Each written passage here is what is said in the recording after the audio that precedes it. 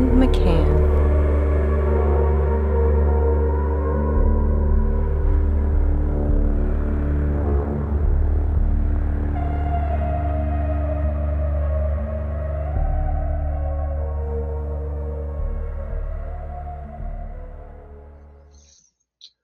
Greetings. Welcome to Wake the Dead.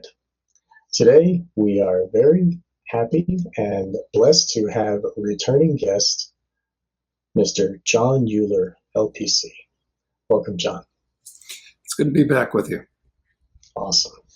The last episode that we had together, your first appearance on Wake the Dead, was incredibly fascinating, and it had so much information that's integral for understanding psychopathy and how psychopathy is engendered in a person, how it is created within the mind, what fires together wires together, and that psychopaths aren't born. Through tests we see that their brains do function differently than normal people. But that's because of their repeated behavior.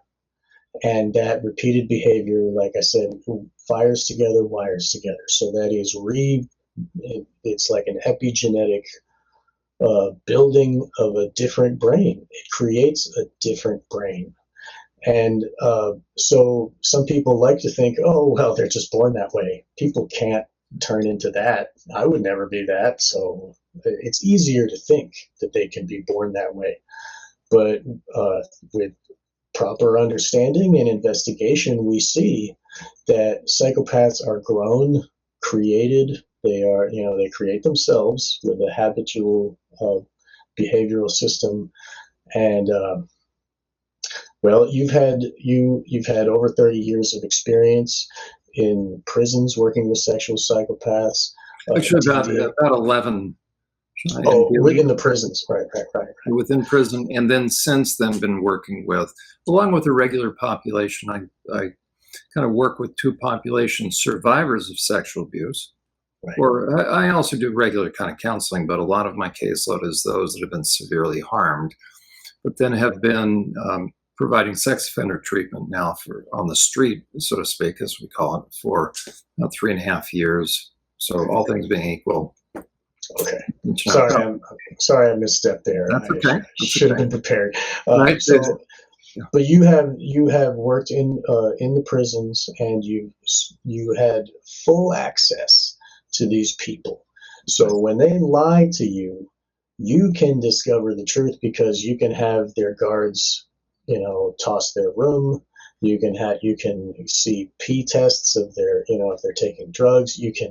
You described in Emma's podcast, the Imagination podcast, you described walking around in the prison and seeing the inmates reading books that have on the cover someone, like a picture of a woman's face being held underwater, and she's by the throat and being murdered, and the guy's reading it, and it's still triggering in his mind. They will always have that.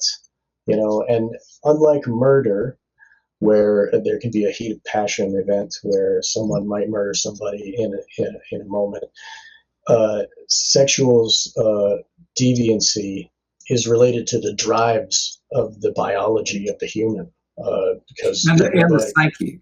Right. Psyche. So that's really important to know. Actually, if it were related, and this is a very good point, an important point for people to understand, there's a misnomer, and it actually is very important for all of us to know, because when a man is arrested for a sex offense, the vast majority get off. Pardon the pun. Now, the vast majority are never busted. By the time somebody gets busted, rare is the time that it's actually going to find its way into court. So people need to know that as well. Dr. Liam, Canada indicated probably about only 1 in 1,000 are prosecuted. Let that stand. So we all need to realize that it's really hard to produce a conviction. So the men we're talking about that go into research, or research is done on men, because if you're gonna do if you're going to do research into sexual deviants, sexual psychopaths, where are you going to find them? You're going to take an ad out in the paper? Not going to happen. So you either go to frat houses, or you take a survey on college campuses. But still, who's going to admit to being a sexual deviant? You're not going to find that unless you're dealing with the cross-dressing guys that are trying to gain access to kids. So typically, you're dealing with a forensic or justice-involved population. That means they're either in prison or on probation or parole. So if you're a social science researcher or a researcher of the brain, still where you're going to find these people. So your method really does matter. And therefore, it's important for all of us to understand, ultimately for public safety, what's the truth? And so when we're interviewing these people, it's important to understand that virtually all the testing that's done on inmates or those that are on parole is an interview. You sit down with the guy. And now the question is, the person that's interviewing them, what capacity are they interviewing them in? Are they a prison psychologist or on psychology staff? You don't necessarily have to be a psychologist. I don't have a PhD in psychology, so technically I'm not a psychologist, but I served on psychology staff for the Pennsylvania Department of Corrections. You have to have a minimum of a master's degree. So whether in prison, what role is that? We wore a number of different hats, but a very important piece to that is sitting down and writing a report for the parole board for the guy to get out, because the vast majority of people in prison are getting out. There's very few lifers. So it's important for all of us to understand, for public safety, that the vast majority of sex offenders, I would say probably, it's just me off the 98%, are not given life, probably 99%. So virtually every sex offender is coming back out. Right. And the vast majority of those are not going to max their time out. So they're coming out early. And depending on the state, like for instance, Pennsylvania doesn't have quote unquote good time. It has just once they reach their halfway mark, called their minimum, then they're automatically eligible for parole. They will see the parole board. Parole board, at least in Pennsylvania, consists of 9 people appointed by the governor. Usually they have a fund of knowledge, each of the FUND. They have some sort of knowledge base, and very bright individuals. So 9 people will do thumbs up, thumbs down. So they vote on a majority. Well, there are a lot of cases that come before them every month. None of these people, typically none of the inmates, these board members know. So they have a file in front of them. The board members regionally have already done, so you have the 9 board members. I'm just referencing from from Pennsylvania. I'm originally from California. Jeffrey Beard, though, was head of corrections in Pennsylvania when I started, and I started the program in solitary confinement. He then went to California, and he replicated the program. So, but most prisons, I'm going to assume, operate pretty similar, aside from the structure of the sentence. So you either have like South Carolina operates on good time, but a guy apparently has to do 80% of his sentence. So that's very different than Pennsylvania. And those are through statute. Legislatures pass those laws. Okay? But suffice it to say, every guy the vast majority of guys, unless he's doing life, he's coming out. Very few sex offenders are coming out. So the reason I bring that up is you will have at different points along the way in the criminal justice system, you'll have points, kind of bug fly. It's like, sure, John, you're seeing things. Okay, sorry. You will have individuals that are assessing. One is pre-trial. The guy's busted for a sex offense. He's going to sit down with a sex offender evaluator, and he's going to be evaluated based upon risk. Also mental health things. But let's say it's a sex offense and we all know he's not crazy. So let's say we have that kind of guy. You're going to have somebody that sits down with him and does an assessment. I'm qualified to do those kind of assessments. That information is going to be sent to the judge to assess risk. So we're exactly risk level. Okay.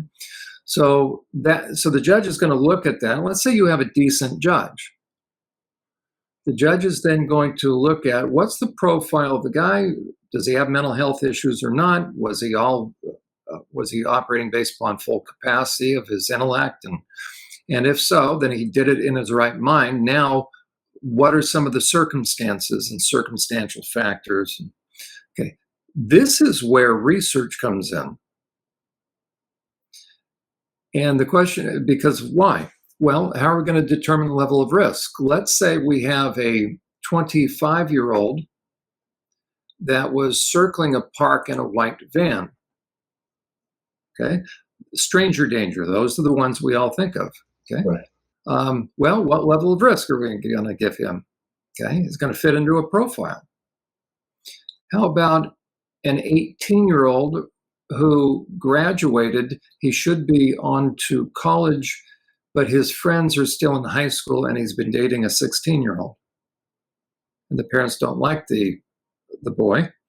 He turns 18, well, let's say 19 is still dating, and now the parents call the cops. Both are going to have the label of sex offender. Right. Let's say this guy is actually not a bad guy, but guess what? Look at what the culture is doing. Eventually, we're going to talk about the impact of porn. Right. So we've got now an 18 or 19-year-old. Let's say they were dating when she was a sophomore. Either she's a junior or a senior by this time, and they happen to be found having sex together. And the parents do what? They call the police, and now he's going to potentially do time, even in prison. So he's going to be sitting in sex offender treatment group. I do 5 groups a week. So he could be sitting in one of my groups. First of all, he's going to do that in prison. Then he's probably going to be mandated treatment once he gets out. So the question is, with the different degrees, and I've just given 2 examples. How about the guy that ends up, we find out that he's chopped up body parts? Okay, he probably will be doing life in that case if they've gone that route. How about the guy that did date rape? He drugged the woman. How about the guy that, gosh, there's so many things. Okay, online, right? This is classic stuff. How many guys are interacting, they get busted in a sting? And they were knowingly interacting with a minor, age 16, or age 14, age 13. So that's just online. How about the sting that sets up a situation where he arrives at the door, knocks on the door? Most of us have seen those videos where the cops are behind the door opens, they grab and throw him to the ground. Right, to catch a predator. To catch a predator, that's right. Yeah. Now, that's going to be a degree of risk. So somebody needs to assess this. How about a prostitution bust? I forget the sheriff in Florida. He always is doing those news conferences where he holds up the picture. I really appreciate him. Okay, and so he'll go through, the 29 men that were busted that week in a sting, and those men range from anywhere from janitors to executives to pastors to youth pastors to psychologists to state legislators. What sentence?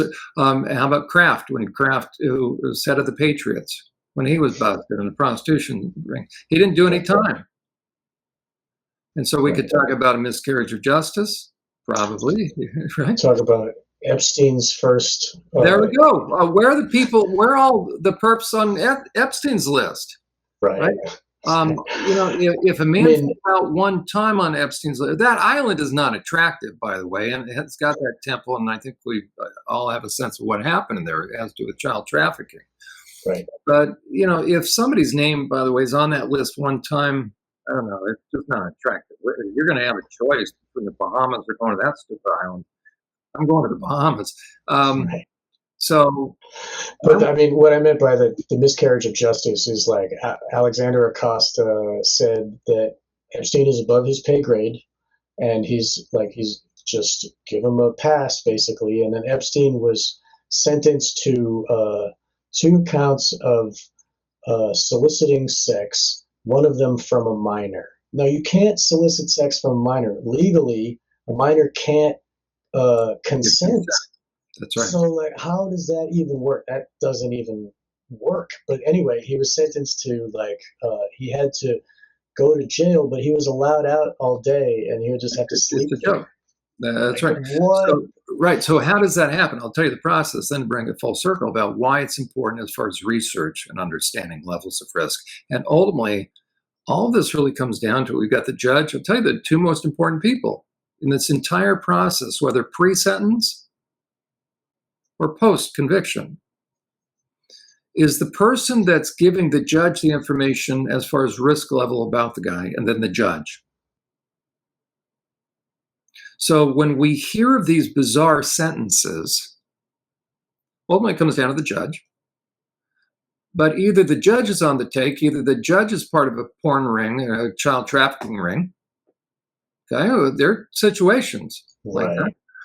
Okay, so there's a reason why that kind of judge is going to go easy on perps, because he might be part of a ring. Okay, or he's go, Sean. I was just going to say, what about the judge that was just elected to the Supreme Court? She was female, black woman. She couldn't describe what a woman is. Oh, there you go. That same court, as a justice in lower courts, she allowed people who were found with immense amounts of child pornography images, like 3,500 images on their computer. And she gave them a lesser sentence because she said, in this day and age, there's so much porno on the internet that, how can you keep it a control? And whatever, a guy that has 10 porn pictures, a guy that has 3,500 porn pictures, same. And in my mind, I'm screaming because even every one of those images is an example of abuse of a child. And she's just writing it off like, whatever. And, the guys, like, they brought it up in her here, like when they were, the Supreme Court, when they were giving her position on the Supreme Court, some of the lawmakers were bringing this up like, hey, how can we have you at the top of our legal system dictating what law is when you think that child porn is like not a problem? It is no big deal. No, that's right. Wow. So to kind of bring it full circle, though, so that we can dive into so people can understand the mindset of these guys, because we cannot necessarily assume, based upon how much time somebody did in prison, their risk level. Okay, because they do the amount of time that a judge says they're going to do, and then depending upon the state, they can get out earlier or whatnot. So, for instance, if you're a part of a church and you hear that somebody was arrested for a sex offense, and let's say against a child, inevitably that guy is going to say, and let's say he didn't do time, let's say he cut a plea deal and drops it down to aggravated assault. So on paper, actually, he can look like, I've got a couple of guys in my groups right now that they call it being on paper, meaning on their sentence, they don't have a sex offense. Right. Let that sink in. Trust me, you're only going to be referred to my group if you're a sex offender. You're mandated into treatment. So 100% of the guys who come into my group, 100% are sex offenders. You don't get into sex offender treatment. You don't have to do sex offender treatment if you haven't perpetrated a sex offense. Why is it that not 100, or why is it that of the guys that are in my treatment, less than 100% have sex offenses on paper?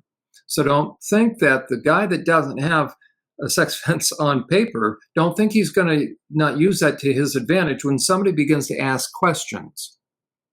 He'll be able to minimize it and excuse it away. And you go, oh, okay, well, then he said, she said, and look, doesn't say sex offense. He won't be on the registry. Okay, so pastors need to be very mindful of that, by the way.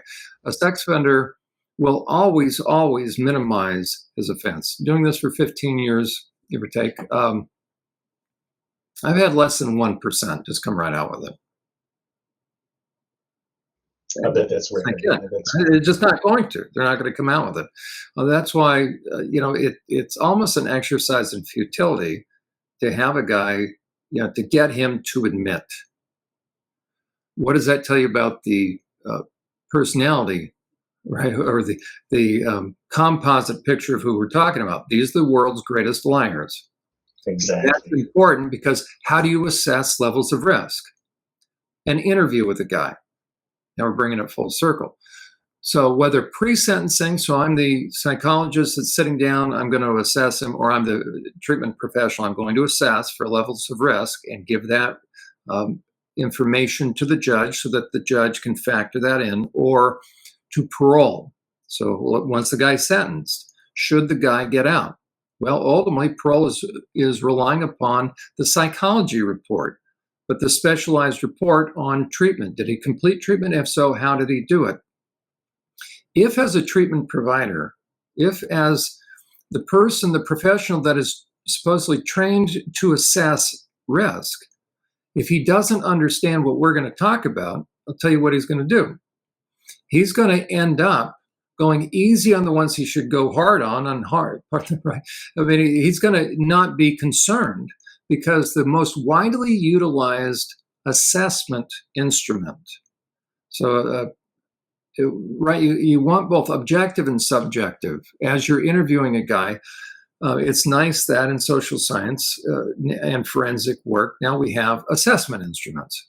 So for instance, the hair psychopathy checklist. So we have something that is not up to everybody's opinion, but that's a subjective assessment. There is an objective assessment, which is based upon what are called static factors, things that don't change, such as age, such as when the person committed the offense, how many offenses did he have prior, the age of the victim, gender of the victim, did he know the person? So you don't even have to interview the perp. You don't have to interview the offender, really, if you're doing a static. Right. All that's in the file. Right? You just open up the file and do it. Now, you typically want to interview the guy, but to complete the static 99, so that's the most widely utilized risk assessment instrument that's used not only in the US and Canada, it's derived from Canada, but I think worldwide. So when it comes to instruments that are used for forensic purposes for assessment, it's almost inevitably the static 99. Now there's others. Why the static 99? Because it's fast. There's only 10 items. And trust me, there's a lot of backlog of work.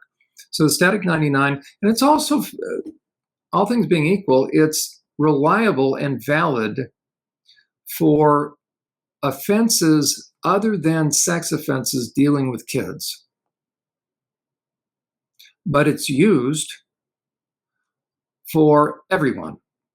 I mean, any kind of offender. So let me take it back. It's used for every kind of sex offender.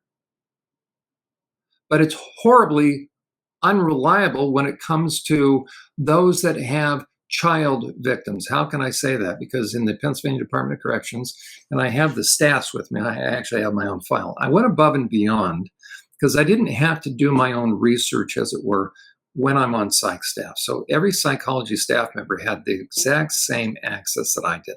I was one of 8 staff. Now, I spent more time in certain units than the other staff because others got to wear a lot of hats. So, for instance, when I was in solitary confinement, working in there, that's where I accrued the most hours out of anybody because nobody wants to work in solitary confinement. So that was my role. So as we're assessing, everybody has to assess, or at least in the Pennsylvania Department of Corrections, that's part of our role. Everybody has access to the mainframe. So you can do a deep dive. Anybody can do what I did. But the majority of psych staff, for whatever reason, well, I know why, because we're really overworked in a psych department. So you're going to have a burning desire why you're going to go above and beyond, because trust me, you got a lot of reports you have to write. So it's very interesting to think that the people that have access to all the best information and data are prison psychology staff members, because we have it's a repository of police reports, of psychosocials, of everything. Right. And by the way, juvenile histories are not expunged, so we see juvenile histories as well. Okay. Somebody on the outside that does not work in a prison system, whether doing sex offender treatment on the street or an academic researcher, cannot access the mainframe of any prison system. Right. So where are they going to derive their information? From the liar. Self-reports. Okay. Yeah. Now, James Canner, who is the leading researcher on really the risk of pedophiles, his push is ultimately he wants to, quote unquote, destigmatize pedophiles. Why? Because he wants to help add them to the ever-growing alphabetic list of LGBTQRS. Why? Because if you can get another letter added, then you can get civil rights protection, which means you can't prosecute, which means you divert them from prison to treatment. Oh, and James Canner also has treatment programs. Interesting. Right. But I think the first and foremost motivation, he aligns with this because he pushes the myth of MAPS, minor attracted persons. He also is favorable towards furries, which meaning you hide 100% of your identity. And I learned the dangers of furries. That is a favorite activity of sex offenders. Why? Because I had one of them say, Mr. Uhler, everybody will be cautious of you wherever you go around the world of their child, except you put on a big costume, like a mascot-like costume, and parents will hand their kids to you. Wow. And you can't see who's in, right? You don't know who's in that mask. Or, in that. Just like Disney World. Like they're walking around. We're handing kids to it. As a matter of fact, I have a photograph of a Minnie Mouse. So it's Disneyland. The person that's wearing it, the head is off and they're taking a smoke break. It's an old guy. Right. It's an old man in a Minnie Mouse suit. And the people that they're hiring, Disney is intentionally hiring male trans individuals to dress up like the princess and walk around with a beard in front of the kids and have the princess costume on. It helps to destroy the fundamentals of nature within the minds of those kids that are growing up and understanding the world. And the world is gendered.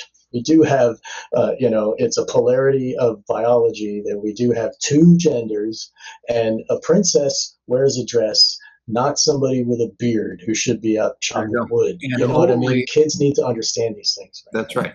And ultimately it matters for the purpose that we're talking about, which is public safety. Because if you don't understand the difference between the innate differences between male and female, you are now a predator's best friend, or you're an apologist for them. Right. So the only people that benefit from confusing or blurring the differences between male and female are predators and those that are benefiting from the predators, which are those that are in the ring, or meaning in the predator ring, the pedophile ring, or are going to be able to make money off the bodies of these kids by whacking and hacking off body parts, by amputating and sterilizing these kids. Okay, so if I'm a sexual predator, the best gift you could give me is the trans movement. The second best gift is a church. Third best is Boy Scout leader, and then go on from there. The best gift, if I were to sit down with a bunch of sex offenders, and let's say we're all vile, and we want to figure out how can we work it, how can we pull the wool over on society's eyes so that they hand their kids to us. As a matter of fact, they're gonna open the door for us wherever we want to go, in schools, in female locker rooms, in female prisons, in rape shelters, where they're not only going to open the door, they're going to defend my right. They're going to pass public policy and legislation to protect my right. I no longer have to climb a tree and risk falling out of the tree because I'm staring in the second floor window. Gone are those days. I just put on a dress and guess where I get to go? I say I identify. And there's something psychologically, and every predator knows this, There's something psychologically within us as reasonable and decent people where we want to give the benefit of the doubt to someone because we have a conscience, but we also, the average person thinks this and they don't even know it. So I'm going to tell you what you think, how you think, and you don't know it. Ready? We think to ourselves, predators are horrible, which is true. But no self-respecting predator would stoop so low as to do. Yeah, right. Right? We think, well, pedophiles are bad, but they would never put on women's underwear and a blue dress and make their way into a Gen Spect conference. They would never do that because no perv would be a twisted pervert. Right. Jeez. And so now we say, well, they're sex offenders, but then there's all these other guys that are dressing up in drag and wanting to gain access or read to little kids because it's a philanthropic endeavor. But you notice they're never going to old folks' homes and reading. Right. So what these guys have done, they understand the importance of, they understand the value of the big lie theory, so to speak. You tell a massive whopper to people that have a conscience, and we're going, oh, there's a guy that's dressed in drag and he's twerking in front of my kid, right? Because it's so massively apparent, we say to ourselves, well, I know what it looks like, but it can't really be that, because if it was that, then I would get upset, but it must not be that. So I'll allow him to twerk, and I'll actually let my kid put a $20 bill in the waistband of the guy that's twerking in front of my kid. Oh, what a nightmare. Oh, Okay? that poor So child. that's what's happening. Now, let me bring it back full circle to the assessment. Right. So you have within the sex offender treatment realm, for those of us professionally, how do you become a sex offender treatment provider? Well, you have to go through certification. You have to have a license, professional license, and then you go through certification process. Well, there's only certain programs that are certifying you. So what are you going to be trained? Who's training you? What's the curriculum? Well, and then what are the organizations that then will that you can become a member of? The largest is ATSA, the Association for Treatment of Sexual Abusers, but they changed a little bit, but ATSA, okay. So you become certified, and then you become a member in good standing, and therefore you appear to be knowledgeable because you've gone through these trainings. They give ongoing annual trainings, and you do need every other year, so biannually, you need to have continuing education units. So we're training mental health professionals or forensic professionals. I come from the mental health field, but we're training these professionals and then certifying them, and then they sit down across from the sex offender, either pre-sentencing or post. And that would usually be in the prison system. That's for parole. So it's really important then for us to begin to think deeply about who is it that's giving the judge or the parole board the information that this guy is good to go or a lower sentence. The assessing professional has a tremendous amount of influence, and none of us know that. The average, before working with sex offenders, I wouldn't know how this all works. So if we've ever asked ourselves, if anybody asked themselves, we hear a guy got out of prison and 7 days later he's offended. We're angry at the judge, we're angry at everybody. We should be. We want to sue everybody. We're not suing the right person. We need to sue, here's an order, the psychology staff that assessed this. Did he give them a green light, or did he say, do not parole this person? That's where this is not going to change until psychology staff within prisons are held civilly and criminally liable. I'm 100% serious about this. The reports that I used to read that would go to the parole board, the majority of them are generic. It's pathetic. Meaning what? Is he adequately oriented in terms of time and space and just psychological orientation? What perp isn't?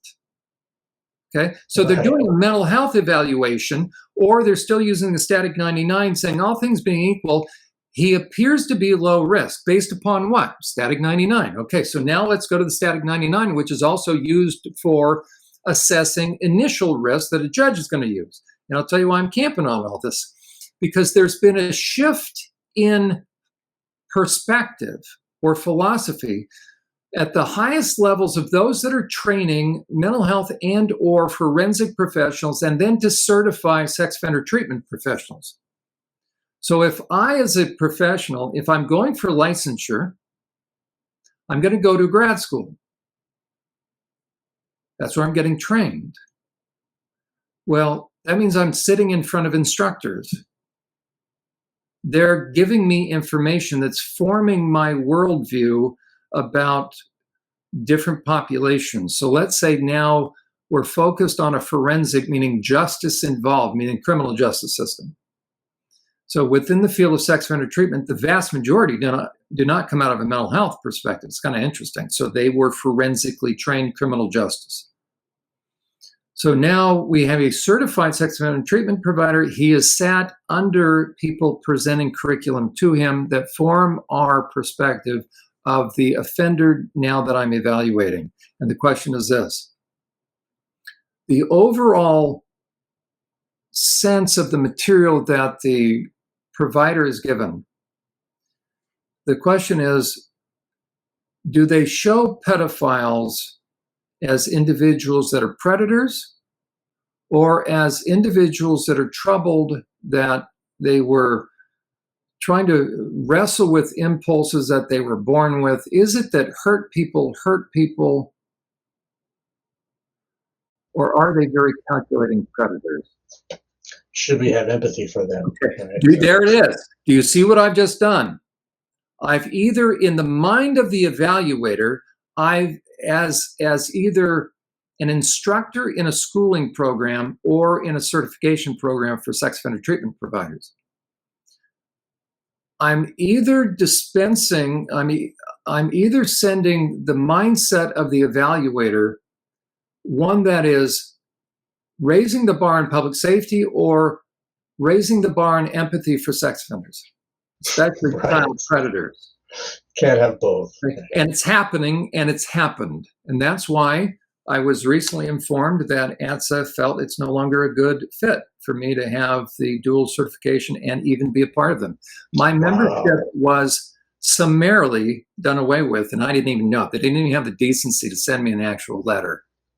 Because of I your heard trans about it movement? from a perp apologist on Twitter who was mocking me. And I said, well, he says, Uhler's not even a part of ATS anymore. I thought, what the heck? Why is it I didn't know that 8 months earlier I was kicked out of ATSA? Didn't even know it. Why? Okay. They send letters all the time through the mail. This is a big deal. They canceled my membership. They sent it to me through email, really? So I ask a question, and before, lo and behold, I'm interacting with the executive director. Call me by my first name. Apparently she knows me. I don't know if that was nice. And I said, hey, just kind of curious. And she said, we notified you at the time. I said, well, when was this? 8 months ago. I said, oh, okay. Nothing was sent in the mail.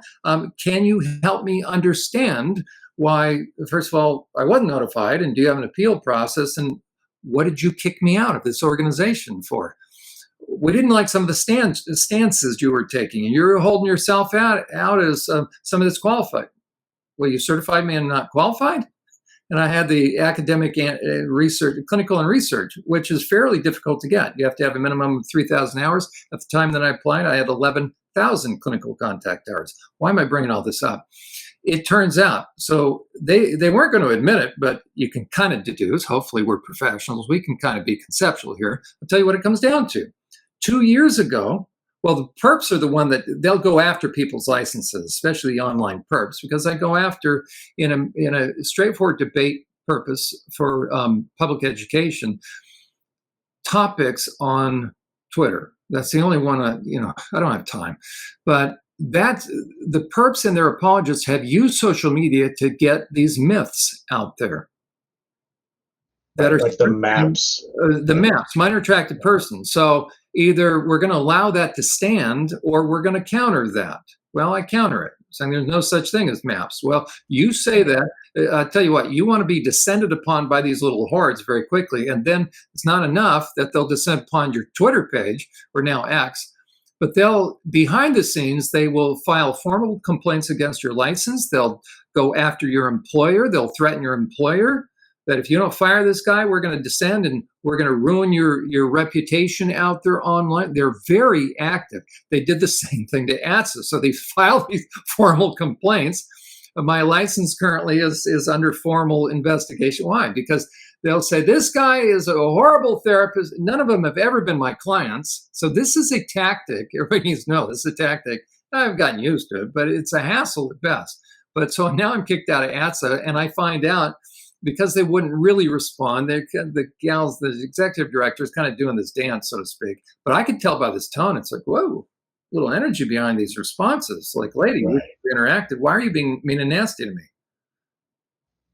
Right. Right? Because you think what's not allowed. You know, it from on high, the communists are putting forth the new 2 + 2 is 5, everybody. And if you don't agree, then you go to room 111 or whatever. And I said, so there's no opportunity to appeal? And what am I appealing? I don't even know what, they didn't even tell me. And so, well, you can appeal, but the likelihood of it being successful, really. So what it came down to this, and I started posting about it 2 years ago.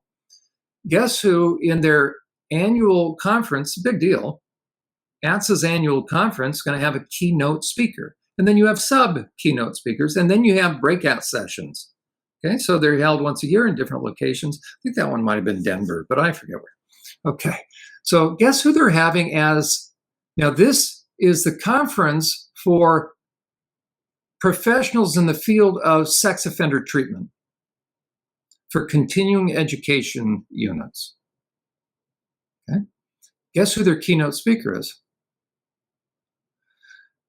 The instructor, it's escaping me, Albert, that was from Old Dominion, that was pushing the myth of that pedophiles really are not dangerous. Walker. Okay. They wrote a book. So this is the guy that differentiates between a pederast who actually attacks a kid. There we go, right? Is just Walker thinks in their mind. Okay, there we go. Had written a book. Well, I happen to have been aghast when little Mr. Walker is found to be pushing this, that really pedophile isn't necessarily dangerous. So destigmatizing. So I actually interacted with Mr. Walker a few times before Walker blocked me. Well, a couple months later, guess who happens going to be the, I don't think there's a connection, but guess who was the keynote featured speaker for the key organization that informs and educates sex offender treatment assessors and providers? Which means the message, and James Cantor has delivered a lot of information and presented to ATSA. James Cantor pushes the myth of, and I'll say it again, the myth of MAPS, or that there is, and same thing for Michael Bailey, who was removed from Northwestern University because I'm going to assume this was the reason why he was removed. As an extracurricular activity after class, he announced that, there's going to be a demonstration, a live demonstration. Okay, these are college students, Northwestern. We're going to have a live demonstration of the F saw. Well, what is that? That's a power tool, an oscillating saw that somebody decided to put a dildo on top, and there's going to be a live demonstration in class. How many students do you think stuck around? Okay, so in comes a man and a woman. The woman disrobes. The man plugs the power tool into the wall and inserts it and fires it up in the woman. And Michael Bailey has defended that. And now Michael Bailey was sought out as featured in GenSpect. Stella O'Malley has featured them on her podcast, A Wider Lens, both Michael Bailey and Cantor, and she's head of GenSpect, and GenSpect is now one of the preeminent organization for gender-confused kids and teens. How confusing is it to see professionals on stage give each other, use a power dildo? How confusing could that be? Right? So really what you have, and sorry for bringing all that up, but hopefully it's great. Begin to connect the dots that there is a significant shift in the realm of dealing with pedophiles to minimize or destigmatize, or to, within the public psyche, and therefore public policy and legislation and judicial sentencing, judicial structure, sentencing structures. The recommended sentences, so to speak. It's exactly what Kinsey did. exactly what I was going to say. Yes, That's no, why please. it's a concern. Because if you can paint a sex offender, especially a pedophile, as less of a threat than he is, then he will be treated as less of a threat. And then you can actually flip the script and begin to generate sympathies. And then if he puts on, so now we're going to treat him as somebody that was misguided. And then we're going to allow him to dress in a blue dress. And now we'll open this door for him, including implanted fitness, that if he self-IDs. But to really bring this full circle, if you have in your quote unquote social science, how's that done, especially with sex offenders, self-reports, if what has gotten into the literature to affect public policy and public opinion, if you have based level of risk upon biology, then we all know, which is fact, the older a man gets, his testosterone drops, and therefore he's less of a risk because it must be hormones, because it says he's attracted.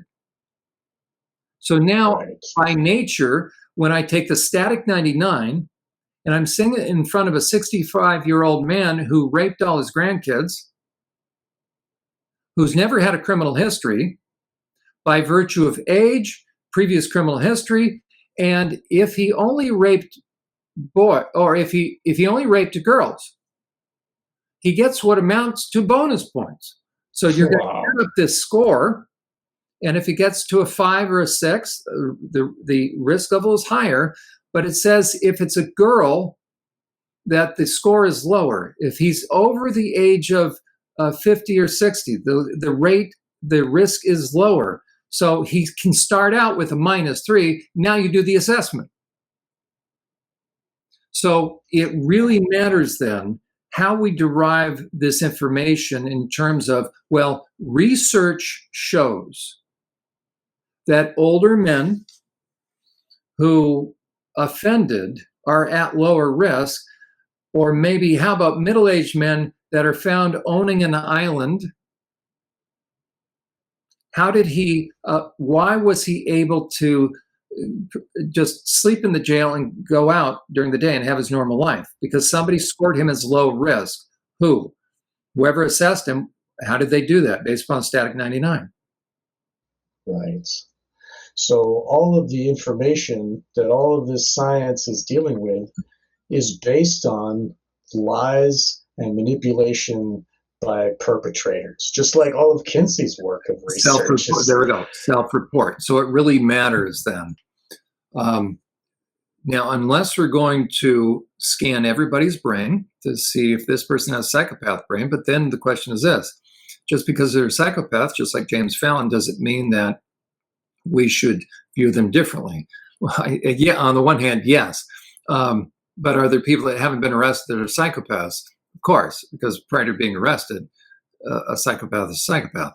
Now, I'm convinced, and the reason why you had referenced, there's such emphasis, right? Anybody can talk about psychopathy. Now the question is, what is their background? Well, online, for instance, you can see a lot of people that are academics that will tell you about psychopaths, okay? But they're academics. Meaning the question is, where have they worked with psychopaths? Well, we've done research. Where have you done it? Okay, so I wouldn't have believed this, because who really thinks through the issue of psychopathy? Number one, it's not table talk conversation. But ultimately, it is around here, yeah. Right, okay, around our channels, right? But ultimately, when you think about psychopath, right, our minds first of all go to the bloody psychopath, but that's the minor, that's minimum, or there's fewer. So Robert Hare coined a phrase, a white-collar psychopath. Okay, so there's more white-collar psychopaths than bloody psychopaths. What is a psychopath? Again, it simply comes down to this: no conscience, therefore no remorse, no empathy. Meaning, if I'm not going to restrain myself, now my ego grows, and now we already talked about that. And the greater degree to which I objectify somebody sexually, financially, whatever, I can get over on them. I'm going to use them. I'm going to cross their boundaries, and I'm going to feel less guilt and less remorse for the impact. That's a psychopath. The question is, where do you learn about psychopaths, especially sexual psychopaths? You have to work in a prison. So if you're an academic researcher, I was on staff. I was an adjunct instructor for Geneva College for 8 years. So I could say I've been an academic. I understand that. Okay, but if you're full-time faculty, guess what? You're not working with psychopaths. Therefore, you have to go find the psychopaths. You're not going to put an ad in the paper because the genuine psychopaths have no interest because they don't believe they're psychopaths. They'll admit maybe they're sociopathic at best. No genuine psychopath believes he's a psychopath. He has no interest in it. He thinks it's stupid. Why? He's on to working people. Okay, and even if he were, he's not going to give up the goods. Okay, so a narcissist, right? So anybody that says they're a psychopath, they're not. They're a narcissist wanting attention. Now, the only person that can prove he's a psychopath is James Fallon, but you listen to him talk and he really downplays, which that's the thing that a psychopath would. And that's why if you want to find out a psychopath, just listen to him talk long enough, especially how they interact in their family, and now you're going to find out. And what is of interest to them? The psychopath loves Monopoly and loves two video series, by the way, film series, James Bond and The Godfather. So that's a quick assessment. So find out who owns who, right? And they won't own James Bourne Identity, by the way. It's going to be The Godfather and James Bond, and they're going to like Monopoly. So what do they like to play with in board games? Exactly what James Fallon's kids said. They don't like to play with the dad because he always has to win. He doesn't care. Right. Okay, that's a pretty good indication.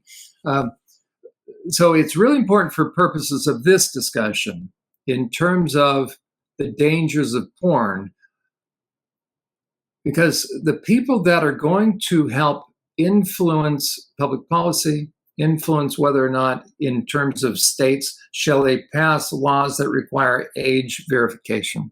Look, Pornhub is so upset they're not going to service Texas any longer. Why? They will tell you they don't have anything to do with minors. But because Texas and other states want age verification, they're going to cut off service to those states. Let that sink in. Oh, okay. So if a minor can't access your site, you're going to take the money and run. You're going to take the whole thing. And good, number one. That just goes to show the real purpose of what Pornhub is there for. 100%. So in that discussion, can you imagine it's going to go before the legislature? Well, we're going to have the committee meetings. Okay, so who do you think the people are going to be that Pornhub is going to hire to sit in front of the committee that's going to determine whether or not this is going to go for a full vote? The pro-porn, we're going to find academics ultimately, because we got to find research to find out, is it really harmful? Who are they going to find out? They're going to who are they going to have present? Academics. Okay. What academics? I'll tell you what academics. Sexologists. Especially from Indiana University, from the Kinsey Institute. Totally. Okay? So you're dealing with social scientists or psychologists that are going to do what? Well, we derived it. We have the data. Where's the data? From our interviews. What interviews? We're interviewing whoever we're interviewing to see if it had a negative impact. Okay, so who's volunteering for this study? Again, it comes full circle that depending upon what the data says, the question is, where did you derive your data? And who was the person, the clinician, asking the questions? So if you have a professional that is really deviant, that does FSAW demonstrations, and he's going to sit down and then ask, hey, how did you all feel about that?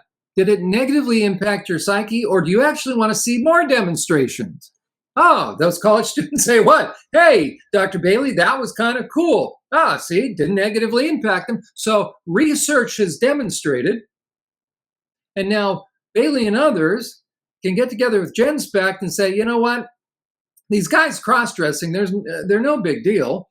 And therefore, the pictures, the drawings in the books, if you had actual photographs that were showing these kids in the elementary school years, we would be arrested for dissemination of pornography and corrupting the minor morals of minors. So that's a criminal offense. We're going to do in the library. They're in the library. But who's saying that these books are reasonable to get in there, and the American Library Association giving them a stamp of approval? Right? It's coming down to the quote unquote perspective of these professionals. So what is the perspective of the people that are saying pedophiles are not dangerous, especially the older ones, or they're going to minimize, or they're misunderstood, and they're working out their own trauma and hurt people, and that pornography is not dangerous to kids. It's those that are steeped in pornography that are probably accessing child porn. Totally. Smart enough not to get busted, that are then shaping the minds and the opinions of the professionals that are only going to help them get out of prison early if they finally get busted, or to persuade society and policymakers to add the P for pedophile onto the end of LGBTQ, or to say, listen, pornography isn't really all that harmful. That was a very long way of setting the stage for retirement porn. And so you're sitting in front of a guy who says pornography is extremely dangerous and pedophiles are made, not born that way. And yes, pornography is the fuel, but the issue, for all the naysayers that may tune in again, the issue is deviance. If a professional who is involved in working with any kind of criminal justice system, if they can't tell you in a meaningful way without parroting a definition they read, if they can't tell you what does deviance mean? What does it mean, and how does a guy become deviant? Meaning, we put a label on a guy, he's deviant. Okay, tell me what that means. So should we be worried about him? Is he a public threat? And what kind of porn is going to help? What kind of porn will we find on the electronics of a deviant individual? And what is he going to do with that porn? Right. And what's the difference between deviance, sexual deviant, and a sexual addict? If you can't define the difference between a prodigal, a sex addict, someone that is a deviant or predator, or a sexually violent predator, if you can't tell me the difference meaningfully right now, just in conversational, meaningful, understandable language, practically speaking. And so I challenge any professional right now, or a pastor. Give me a whiteboard. I'm going to give you a whiteboard and a magic marker. You're going to write on the board. Tell me about those categories. I would say that if I was the one to answer, I would say the sexual addict is going to be aroused when his partner is aroused. And a sexual deviant psychopath is going to be aroused when his partner is in pain. Good. That's the deviance. There Isn't that the difference right there? Okay, that's definition of deviance. But as far as addiction, here's a very simple way to understand the difference between an addict versus someone who is a deviant predator. Did they ever put the brakes on? Right. They're porn accessing. Okay.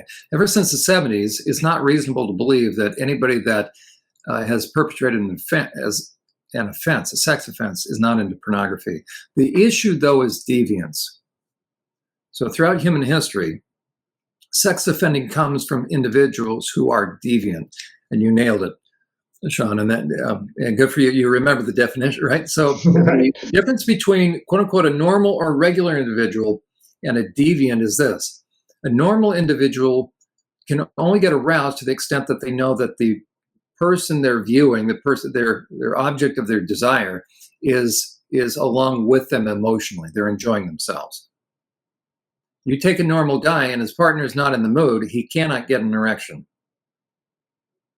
A deviant can only get an erection to the extent that he knows he's perpetrating harm or some kind of trauma, or he's overriding boundaries.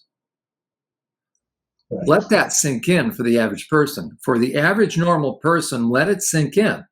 And once you become deviant, there's a whole lot of stuff that's happened. You've become twisted for you to arrive at the place of deviance.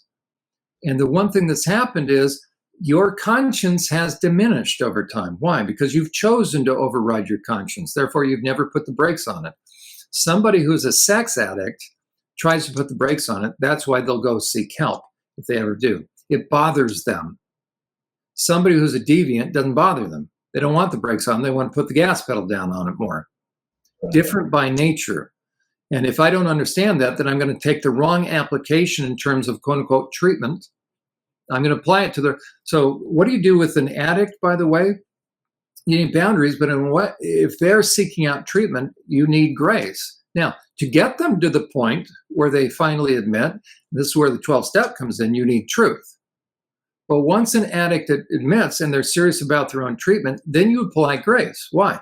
Because their consciences come back. How do we know? Because step 4 is all about, I did a searching and fearless moral inventory. That's not an intellectual exercise. That means consciences finally come back. So if anybody's done a 12-step program, steps 3 basically say this: there is a God and I'm not him. I'm not the center of the universe anymore. So now I'm acting in humility. That's steps 1 through 3. So if anybody's gone through the 12 steps, or you've heard somebody say, well, I'm working the steps, I'll tell you the steps in a nutshell. It's simply this: I finally, my ego is no longer big. I'm no longer the center of the universe. I got to get real about the harm I'm doing to other people and make amends.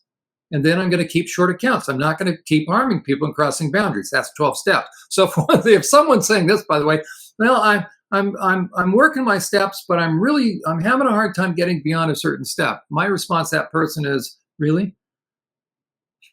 You're a selfish pig. Try it again. Right. You want to go and apologize, and you don't want to use self-control. That's the 12 steps in a nutshell. Okay. Somebody who's a deviant could care less about 12 steps, because they're not going to do a searching and fearless inventory because they don't have a conscience left. Why? They didn't want a conscience anymore. They dispensed with it. There's a lot of freedom, by the way, not having a conscience. Right. As long as you have security, it allows you to sleep at night, like the Godfather. Right. There's a lot of people that are atheists, and they reject the 12-step just because you have to admit that there's a higher power, and even that in itself blocks them from getting to that. So, like, and the way that our culture is telling us atheism is correct, and that pornography is okay, and sexual deviancy is just like, the way that they minimize and they make normal, they normalize and they minimize, and it turns the reality all the way upside down, where we have cross-dressers in the highest place of health in the government of the United States, like right. Rachel Levine. Yes. Apparently, the guy is still married. He has some kids. Right.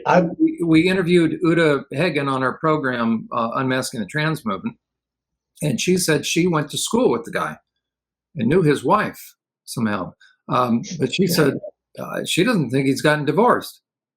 Right. Which is proof that it's deviancy. It's not like a mental, like it's plain dress up because it turns them on. It's autogynephilia. Like, if we can frame it in the proper way that you have been framing, then we can divorce ourselves from the lies of the culture. You're being manipulated. Exactly. That's like all. The way that people with all the sexology and their, that Kinsey has brought, and that is the new science of sexual psychology in general. And he's such a deviant psychopath. And like, if we trace it back to the beginning of where these thoughts come from, we see it's a satanic, anti-human. It's and this, in a way, it creates a satanic culture that we have to live with. The regular people, all of a sudden, we're inundated with these people that are doing these. They're coming into, the private spaces of our wives and daughters. They all of a sudden, they're like beating them at track and in the swim team, and stealing their underwear, and we can't protect our women anymore. It's gradually degrading the protections that we have for our children and women, and that's what the predators are looking for. They want easy access. So, we see Playboy, Hefner he claimed that he was Kinsey's pamphleteer. There we go. And so what is pornography doing? And you, Judith Reisman, you've known her and you've spoken with her, her work. And she went deep into how just Playboy and, Hustler and Penthouse, these seemingly not harmful. I mean, it's just a picture of a naked woman. naked women are beautiful. Okay. And then as you flip through the pages, there's like a cartoon of some deviant psychopath like preying on a little girl, and haha, it's Yeah, funny. well, Santa Claus here. The Santa Claus, tells the girl, "Climb up on my lap," Right. and that's And that, that way. and that Absolutely. goes in the mind, and it changes how we think. And so it's been like for the past, it's been almost 100 years now. They've been slowly turning it, and now we have furries, we have trannies, and we have to protect them as if they're like, why don't we protect the women? Like, women are 50%, more than 50% of the population, but we have to protect this 0.001% of sexual psychopaths. I mean, it makes sense that those sexual psychopaths are the ones that are making the laws. And then that goes back to who populates government. Why was Epstein doing all that blackmail? Like, what is the real nature of, you know? So, like, anyway, so today we were planning, and we still are going to do this, talk about how pornography affects the brain, how it is harmful, and we can start with the regular porn that kids have access to on their phones, and we can move on to from there and see how, like, porn, it desensitizes, it creates, when, like I said before, what fires together wires together. So if these kids are looking at a screen, that is what's training their brain that to only get an erection when they're looking at the screen. So in a sense, it's a dysgenics where it actually harms our sexual ability as adults. Like, everybody has this erectile dysfunction, and I mean, that goes along with circumcision and the drugs that people take and all the other factors and reasons. But they, it's also because of the porno. Like, people, and so it's training the brain, right? And if you see a stepwise progression in these, in your viewing, where you start, okay, those are normal adults fornicating, and then you go, oh, well, this one's a stepbrother and stepsister. And, oh, this one's a daddy and his daughter. And, oh, this one is barely legal. And it goes, and you continue, well, I'll try that. Click. Oh, well, maybe I'll see that one of those. Click, and then they're in the process of like achieving orgasm, and they're taking these images in, and the Pornhub has, like, really bad stuff, like, for free. Everybody can. I mean, they've even got cartoon dog robot, like, hentai, where, I mean, it is beyond gross. And so it's like a robot dog cartoon, and it's a POV that the viewer is, and then it's like got a dog face, and it's like moaning. And what is that doing to the heads of these poor children? So, like, I guess I kind of wanted to. Well, let's get to your overview of what you think Pornhub is doing, and then we can go into I guess, what I would say is, again, I want to remind people, I deal with sex offenders on a weekly basis. I always anticipate, Sean, when we talk, or when I talk with other people, or on my own podcast when I talk, always in the back of my mind, because I've dealt with this on social media so long, and other people, right, the naysayers, those that are going to downplay this, okay, those that are typically protective of kids will automatically see pornography for what it is. It's harmful. The ones that I believe we need to be concerned about that will influence society are those that are trying to downplay it. Yes. And if you want to get a sense of how important this is, as far as measuring energy level behind this, just go on Twitter. I don't have time to go on any other side. But Twitter, go on some of these other social media sites, and make a post that says porn is dangerous. Right. And watch what happens. You will be descended upon by the pro-MAP, minor attracted persons, the pro-furries, the pro-pushers of trans. Interesting. You start to have a little emotional Geiger counter, and it's like, whoa. And you'll start to notice there's certain populations that will come out of the woodwork and converge. Hentai and anime. And it's like, first of all, I didn't even know there were so many people just waiting. It's like piranhas. You drop a little piece of meat in the water, and all of a sudden, the elephant falls in the water, elephant's gone in 2 minutes, right? So or like killer bees or hornets, or they call themselves brigades. They'll descend, and they have a certain playbook. So they not only descend upon you, but now they're going to go and scour the internet for any piece of information about your background. Why? Because they have to come back to get you off message. So now they're going to start to attack you. And you put up an intellectual fight to where they can't go against you in terms of debate. Especially one thing they hate is where you invite them on your live podcast to debate the issue. And what will they do? They're not going to take you up on that debate and stay topic focused. If you're going to require that, that's when they'll go after your employment.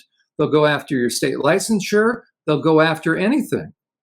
And who does that, right? Measure the energy. It's like, okay, I think we have an above and beyond normal level of energy, because a normal person, if you're talking about pornography, if you measure their energy level, unless they're a parent, but still, even parents of young kids, overall, the bell-shaped curve, the majority of people are going to kind of do this. Well, yeah, I'm concerned about porn.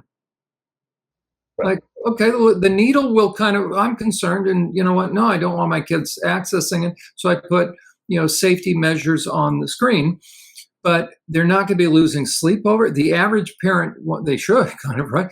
But you're not going to see the needle in terms of energy tack, like unless it's a sexual abuse victim. Then you're going to see a lot of energy as it should be. As a matter of fact, that's where you can discern. If you want to find out what somebody's all about, go on their social media page. And you'll see what they're all about. True survivors, there's a profile on a survivor's page. It's giving encouragement to those that are having a difficult time emotionally, and it will be very protective. Anybody else that claims to be a survivor doesn't have their social media filled with that. They're not a real survivor. Okay? But these perps, if you want to sense energy level, so a survivor will have a very significant degree of energy level when you talk about pornography. Radical feminists will as well. I believe the majority of radical feminists have been sexually abused. That's why they hate men. Makes sense. Okay, so their needle is going to tack.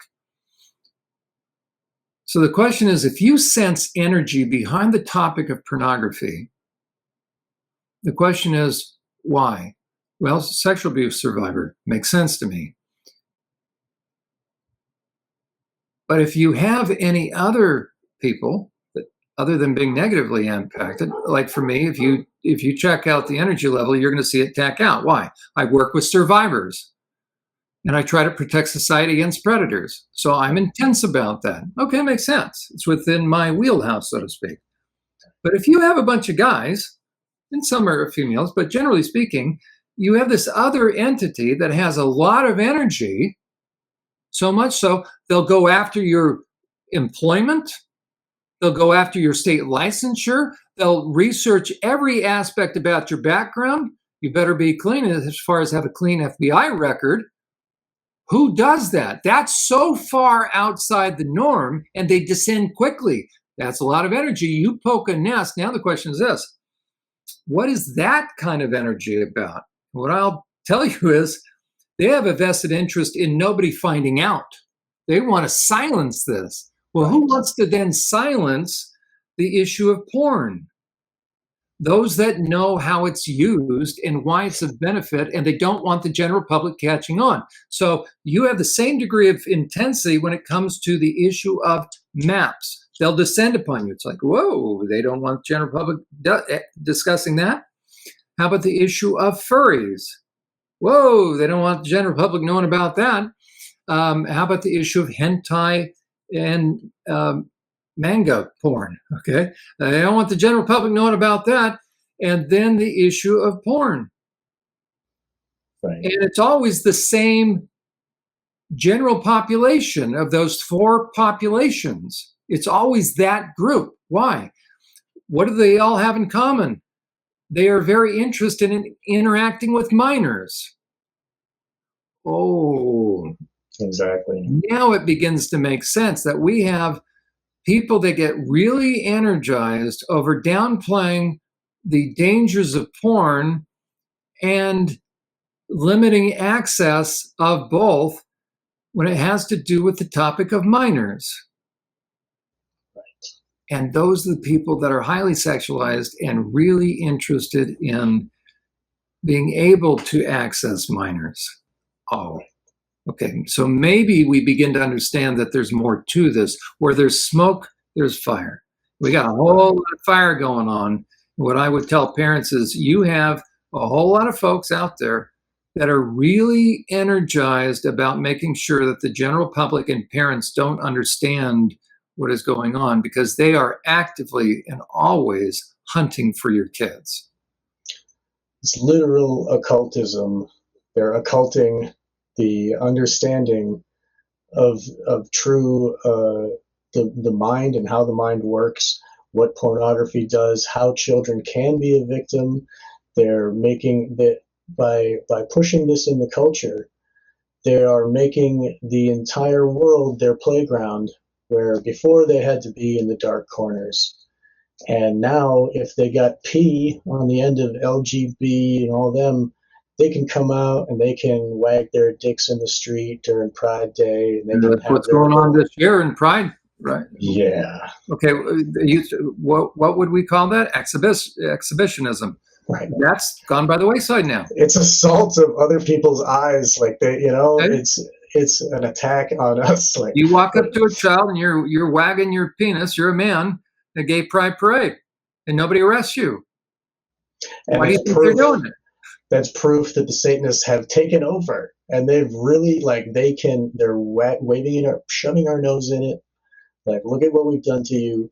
And if anybody speaks up against it, like yourself, their armies of minions just descend and fight you off. You've never experienced that. It's right. something to behold. I've experienced it with the flat Earth community have descended, and they have an agenda going. And I've just said in other realms, the people that believe that morality is subjective, those people go nuts if you start making definitive statements so like it's almost as if it's connected to their ego, their worldview, and they are more comfortable in a satanic society. So F you for trying to harm what we have built, So it is a war, and you are aware of it, and I'm so glad that you're sharing. Along with this desensitizing us to pornography and the society to porn, there's a clip from, I mentioned it in our last show. Childhood 2.0 is a documentary. We can find it on YouTube. I'm playing it here from the YouTube. And I'm just going to share this with everybody. It's a little clip. It's a few minutes. And it has children speaking from their perspective, what it's like with porn on their phones in their pocket, and how that changes the dynamics between them and other children, how they think about sex.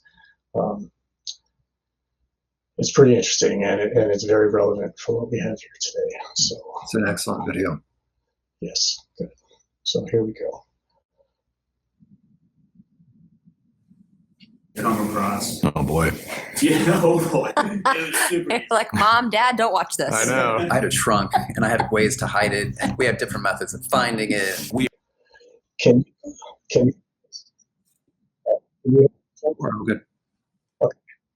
all congregated at this one guy's house because he had a VHS tape that had something on it that had been recorded from Cinemax. Hey, let's go up to your uncle, go to the bathroom up there. We take a Playboy in there, put him in a thing, run down the alley and look at it. She brought out a few magazines. Quick, you can look real quick. Oh, somebody's coming. Look at this. And it was a Playboy magazine. And I was like, good night. What are they doing? And we thought, this is our moment. You had to be MacGyver to to get it, hold it, keep it. But they had those sex hotlines that you could call. Oh, yeah, the 1-900. They would advertise it on the late night TV. But this was, again, a plan, like a detailed plan that had to be enacted. There was no other way to get access to this sort of thing. In the 50s, we had pinup girls, Bridget Bardot, Marilyn Monroe. And 60s, we had girly magazines. And then in the 80s, we had VHS. And then there were chat rooms with webcams. And now we have cell phones in kids' hands. All the physical barriers, be it physical location, right? Be it proximity, all those sorts of things, be it people, maybe they had access to it, right? None of those barriers exist anymore. I mean, it's completely different now. I mean, it is like, it's all video and it's all, watching XXX videos are a lot different than looking at a Playboy magazine. Australian study that found that about half of children ages 8 to 16 had exposure to pornography, and many of those were actively seeking it out. 27%, if you look at the unfiltered internet, 27% of all video content on the unfiltered internet is pornographic or explicit in some way. If I imagine every day growing up, there was a coffee table in my living room, and there were 4 magazines on that coffee table. One of them was pornographic, and 3 of them weren't. And my parents just hoped every day that I didn't look at the wrong one. That is what the unfiltered internet is for kids today. We have put little boxes of porn in their pockets under the guise of safety, under the guise of overprotection, under the guise of I have to get in touch with my kid all the time, every day, 24/7. We have given them access to pornography that far exceeds anything that we ever were exposed to. What about porn? Do guys all watch porn? Okay, I didn't even realize that, but pretty much every guy has an addiction to it, but no one talks about it. So say I'm talking to them about it, and I'll be like, oh, does that guy do it too? And they're like, yeah. And I'm like, that sweet innocent boy watches it too. Everyone does. Everyone watches it. How many guys and girls do you guys know that watch porn? I'd say all guys, pretty much. I think I know one guy in my school. I think I've talked to one that I can confidently say hasn't, and nobody else. It's very prevalent, and everybody knows it. They watch porn for fun. They don't even watch it for any sexual release. They just watch it to watch it. Do you think parents really have any clue of how significant of an issue pornography is in kids? No, they're pretty clueless. Yeah.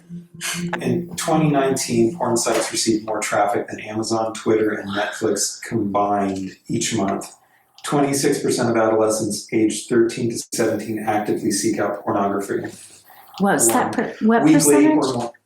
It is on every platform, even the platforms that parents think it's not on. Just for example, Twitter, which is one that most adults probably use. They probably know Twitter. Snapchat is where explicit content on Pornhub lives just seconds away from every user through backdoors within the app. The app knowingly allows a well-documented list of porn performers to make thousands of dollars daily through their premium Snap accounts. The people behind pornography know how to optimize their content for search terms. Pornographers, any new technology that comes out, they immediately saturate it. They know about it before, as it's getting ready to come out, and they are ready with every strategy to saturate it. What age did watching porn become common? I'd say 7th grade. Yeah, middle school. 9th and 10th grade, I remember guys being I had an issue in 7th grade, and I'm like, I'm sorry, what? What I say to parents is it's time for every parent on earth to leave the ignorance of the land of if and embrace the reality of when. The film we'll see this morning will give the answers to these questions. It will also show the earliest phases of growth, as well as the changes that take place during childhood and adolescence. So when my parents were addressing the birds and the bees with me, there was no conversation. I walked out more confused after the conversation than when it started. We don't talk about those things at all. No, sex. Wait. It's absolutely normal to be curious about sexuality. It's normal to be interested. Don't have sex, because you will get pregnant and die. Just don't do it, promise? Okay, everybody take some rubbers. My dad had conversations with me when I was a teenage girl. Like, I asked him, and he was very blunt and just told me. Do you think kids are using pornography as sex education? Yeah. Okay. Because I feel like they don't want to, like, talk to, like, a parent or, like, a guidance counselor or anything like that because it's awkward. Like, it's an awkward topic to talk about. Like I said, I have 3 classes right now, and they all are going, like, over, like, sex ed type things, and it's really boring. So a lot of the times I just kind of, like, tune it out. This is a tool for sex education for a lot of children. They're learning so many wrong things, not only about sex, but about relationships. Guys, especially our age, like, they just, like, watch porn to, like, be fulfilled in their own ways. So then they're just like, if my girl can't do the same thing that these people are doing, like, then something's off. I don't want to be compared to, like, a porn star. Like, Analysis of the 50 most popular porn videos found that 88% contain physical violence and 49% contain verbal aggression, mostly against women. Wow. There's, like, certain guys that I've hooked up with, and I'm like, this is really aggressive. Like, this is too much for me. And then I'm like, and it's just terrible. I'm like, this is so bad. Like, because I haven't had sex yet, like, people, or like the guys will, like, ask, and I'm like, no, I don't want to do that with you. And they're like, are you kidding me? Like, they get so mad. Guys get this image in their head that that's how intimacy goes and that's how sex goes. And there's definitely a bigger population of guys that feel that way now than there were even like 5 years ago.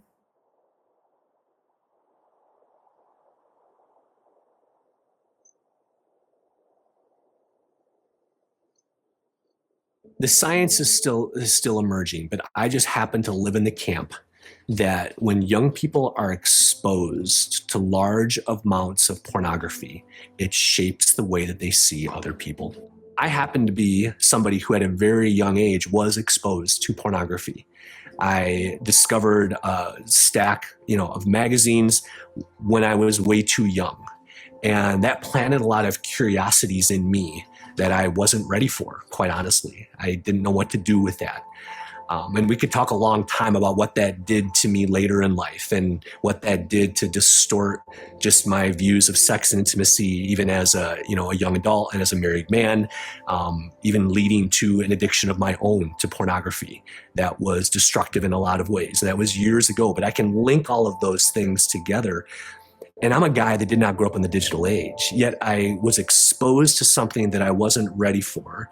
I didn't have anybody who was giving me any sort of baseline to compare that to. So a combination of that early exposure plus the internet became a very toxic thing for my life. I feel like a lot of porn does, show the woman as more submissive, and it kind of puts that idea, in boys' minds. It just leads to guys objectifying women a lot, and then they forget about the whole relationship part, and that's all they think of now is just sex, because that's all they've seen. I know we've been talking about, a lot of, guys are, into pornography, but, a lot of girls are, too. Oh, absolutely. Yeah. I don't even think parents have, the birds and the bees talk anymore, because kids will know about it by the time they're, 8 if they have access to social media.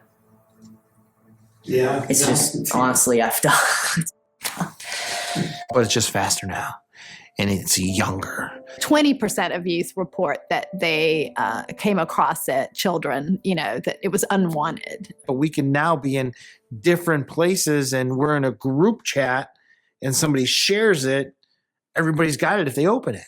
And in the elementary schools that I'm in, I typically hear counselors saying, yeah, we've got kids that are already seeking that out in the elementary school age. Sex is not something that is easy to talk about with your kid at any age, but it's something that you absolutely have to talk about, and at a younger age than you might think, because even if he couldn't access pornography on his personal device or through our home, cable, somebody on the bus probably could.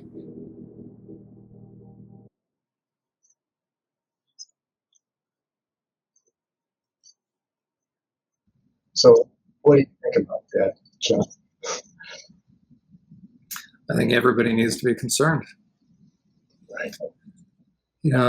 Again, in my mind and in the work I do and the different places that I interact as far as social media and the things that I do. And again, I'm a therapist and I work with survivors of sexual abuse and perpetrators of sexual abuse. I also work with people in train, so to speak. So I see on both ends of the continuum what happens. And if somebody is not concerned, then I need to ask why. But if somebody tries to defend or downplay this, I already know why. And that's what I want parents and other people to understand. If somebody can watch this, and somebody can watch something like this information, watch the dial again, so to speak, their energy level. It's a good way to screen people out. If you watch this and then the person that you've watched it with, or you present this information, if the dial isn't energized on the end of concern, we have an issue. And what it tells me is somebody that's not concerned, the reality is they're into porn. It's usually going to be guys, number one. So a guy's into porn, and therefore he's either cavalier, nonchalant, because it's like, well, yeah, everybody does it. So he's already objectifying people. But if you sense that a guy has energy to downplay this, now you're dealing with a predator. So it's a pretty good screening tool, by the way. To say that porn is not dangerous is playing upon the normal adult's ignorance, because still the age of the population, I mean, I'm in my 60s now. That's weird to say, but I'm in my early 60s. So I'm relating to, I remember seeing Playboys. But that was a good chronological view now. So a lot of the deviant sexologists, James Cantor, James Bailey, those guys that influence public policy and legislation and judicial sentencing, have a lot of energy behind downplaying porn. And the question is why? James Cantor was pushing Pornhub during the lockdown. He was saying it's a wonderful thing. Right. Pornhub gave free, like. Oh, yeah, and he's posting it on his Facebook page. I have screenshots of it. Okay. The question is, what is a man, let alone a sexologist, doing minimizing the dangers of porn? And the exact opposite, mocking anybody that has concerns. As a matter of fact, he and I were sort of debating online one time, and he says, "Oh, you spend a lot of time thinking about porn, don't you?" Okay, what does that tell you? That man is really deviant, and behind the scenes, he has a vested. He thinks Kenzie is wonderful. He thinks Judith Reisman was a whack job. So we have a man who actively promotes that which will script the minds of kids. Andrew Huberman and others. Andrew Huberman is from Stanford. There's been now enough research to show that the mind is scripted, right? You use it, or you either use it or lose it. If you use it, it's exactly the phrase you use, right? You're going to see an increase in activity in the white brain. Well, white matter simply are nerve endings as the cells grow.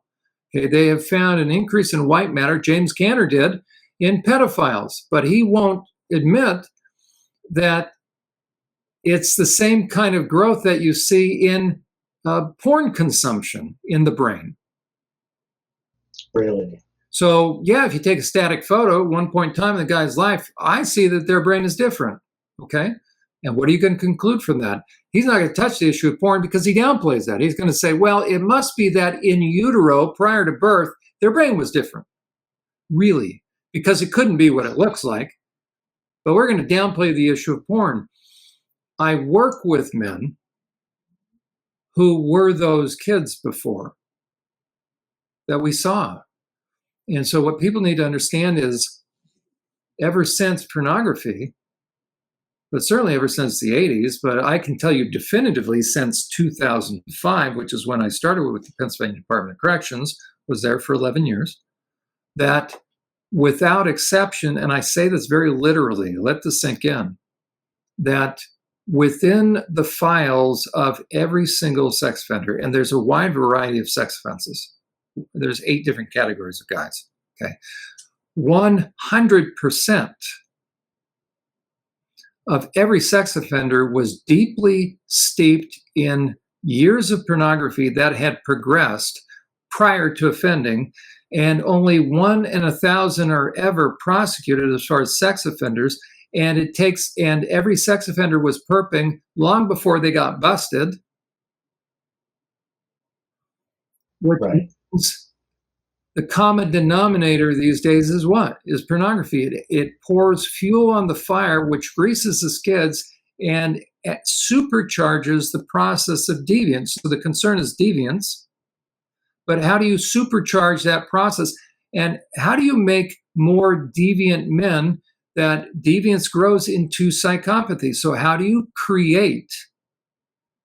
make sexual psychopaths at a incredible pace? You feed them pornography. And here's another stat that's beyond dispute. 100% of all pedophiles are busted possessing child rape pornography. You will not find an exception. 0. 100%. Exactly. 98% of them, it's almost 100%, but 98% will also have charges. Now, again, what they're charged with is not necessarily what they're going to be convicted of or what they're going to plead guilty to, because there's a process. The charges stack up, and now they do plea agreements. And it's like horse trading. So don't tell me what a guy was found guilty for or what he pled guilty to. You show me the charges when it comes to pornography, when it comes to sexual deviance. That's what matters. So he could have 37,000 images, and by the way, that's average. The rest are smart enough to get rid of it. Wow. And each one of them, like I said, each one of those images is an instance of abuse of a child. And right, somebody might say 37. That's a terrible memory. Okay, you're right. I said a subjective statement. Let me clarify this. By the time some guy is busted, how does that bust happen, by the way? You're going to bust in his house. Or there's so many of these perps that will go online with each other and figure out, how do you hide the porn? You have VPNs. So the reality is this: for the very few that are finally busted, is when we find 37,000 images, or we hear that they found 37,000, is it that, wow, that's a real freak of nature, or is it that he was among the stupid ones that didn't figure out how to hide it? Right. And is that the norm? My contention is that's the norm, because if you're looking 4 hours worth, that's mild for these guys. Every single day, come home from work and from 8 o'clock to midnight. Well, how many images have you seen? Jesus. So by the time they're busted with 37,000, my contention is it's probably a week's worth, and they just didn't figure out, they didn't anticipate they were going to get busted. So they didn't know where to hide it in their physical location, their home, right? Where do you hide? And thumb drives now are getting smaller. And so anyways, these guys saturate themselves, and here's what I want people to see, and you've got the chart up there, that it's a progression. And I had an opportunity, Dobson had an opportunity to interview Ted Bundy for 3 hours. Okay, when I had the program that I put together, and then still I spent more time doing regular rounds in solitary than the average psych staff, 3 hours is nothing to interview a guy. And he's only going to tell you so much. I think Ted Bundy was accurate in why he was his description of the dangers of porn. Okay, but people need to understand there's a progression, and it matches with conscience. So what's happening is we're creating young men who are overriding their conscience, and now you're layering things with sex and sexuality. And the thing that psychology won't address, which in my estimation is the most important thing, which is the spiritual aspect. We are mind, will, and emotions, body, soul, and spirit. If my mind is going dark, my soul is going dark, and without exception, those men that I interacted with in the prison system that had really heinous offenses, and some of whom are doing life, without me asking, every one of them volunteered that they sensed something dark come over them before they offended. Wow. And then it would leave. Okay. Can't measure that, so that's self-report. So what I'm telling you, along with everything else, a man's soul is getting darker, and he invites very dark spiritual things into his life that nobody's talking about, and that's my greatest concern, because once that comes over a guy, we have a public safety issue. Right. And the He's no longer in control. Everything is changing. So what you see on this chart, as a matter of fact, somebody can access this chart and download it on survivorsupport.net, the fourth tab over, that's Journey to Healing. I'm sorry, third tab over, fourth tab down, scroll far enough, and you'll see, so third tab, fourth tab down, there we go. Impact of trauma. There you go. So you're going to not only see a series I'm doing on the effects of sexual perpetration, so that'll be the first chart that comes up, what happens when somebody's personality has been split. So that's that chart if you want to know about dissociative identity disorder. But if you scroll down even further, you will see, and there's a link to be able to download that chart. So that's internal parts for survivors. But if you keep going down, you'll eventually see the chart, Sean, that we're going to talk about now. Okay. Yep. So and people can find this at survivorsupport.net /copy. A little bit more so people can see it's actually on there. Here we go. So just at the bottom of that, you'll see a link to my Google Drive, and you can bring it up and download it for yourself. There we go. Okay. So if you want a clean copy of it, somebody then, because now we'll kind of go through that.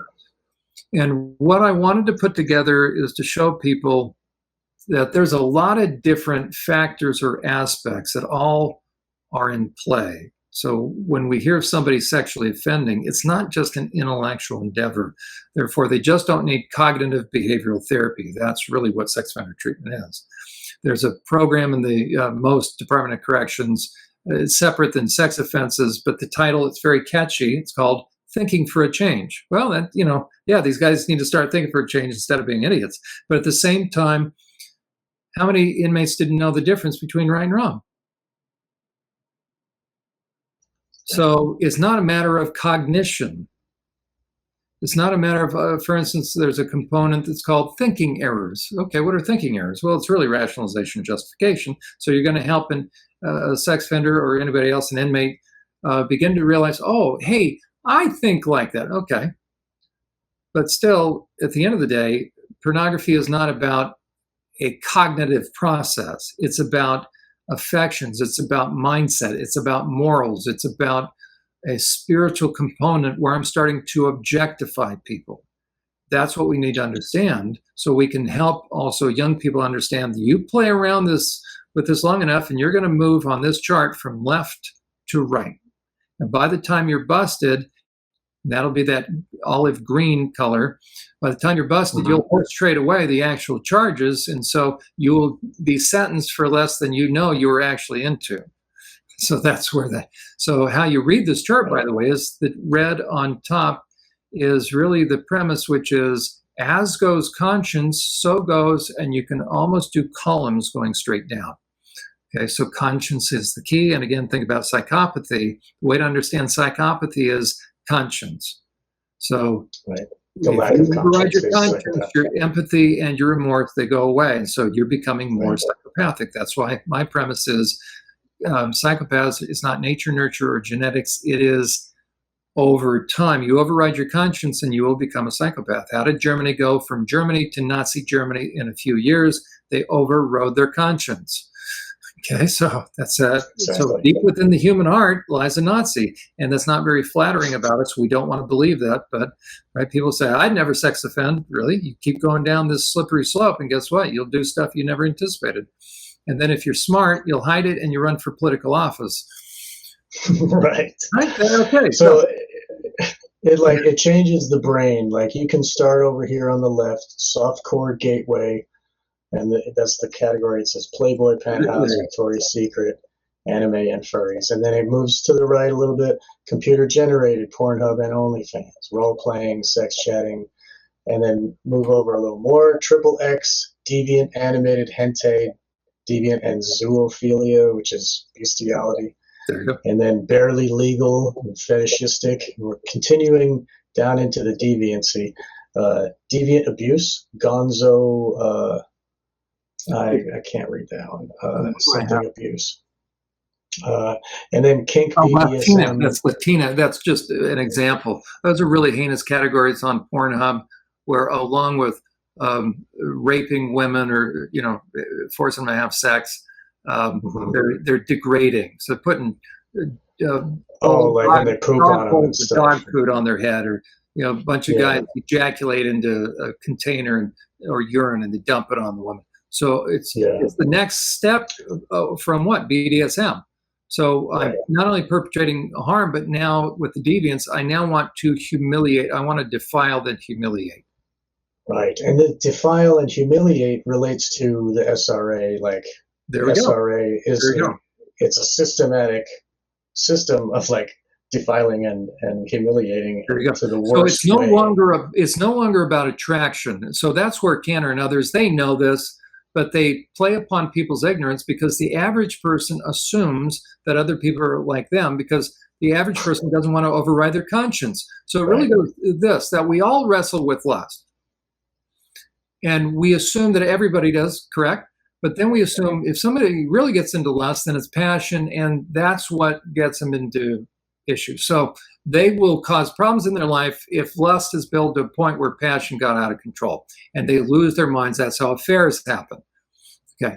You ask the average person, and that's in their mind, if they were to think about it, that's as bad as it gets. We don't want to start getting into pornography because it creates lust and then really strong passion, and then that takes over and you can do stupid and foolish things. Okay. That's 1/10 of this whole process. There's an entire world. You blow past that barrier of lust, now you're going to find what sex offending is all about. So lust is human. Deviance is not. It's animalistic.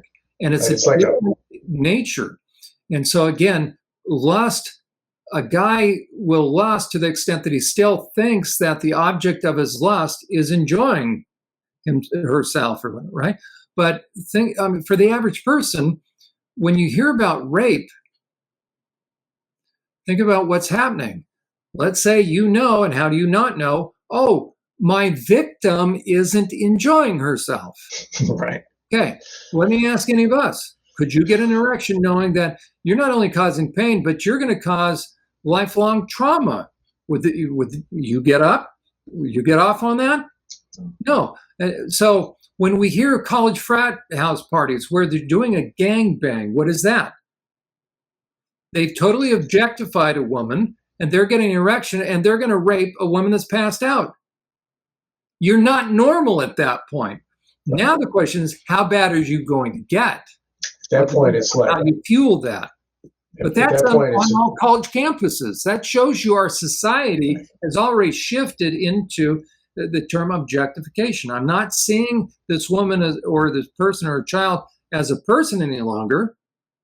They are there to be used.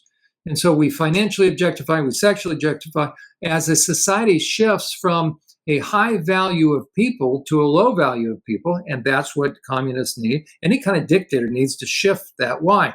Because then they have no milk of human kindness. They have no affinity to people. They have no loyalty. So their loyalty is to themselves and what's in it for them and to the state.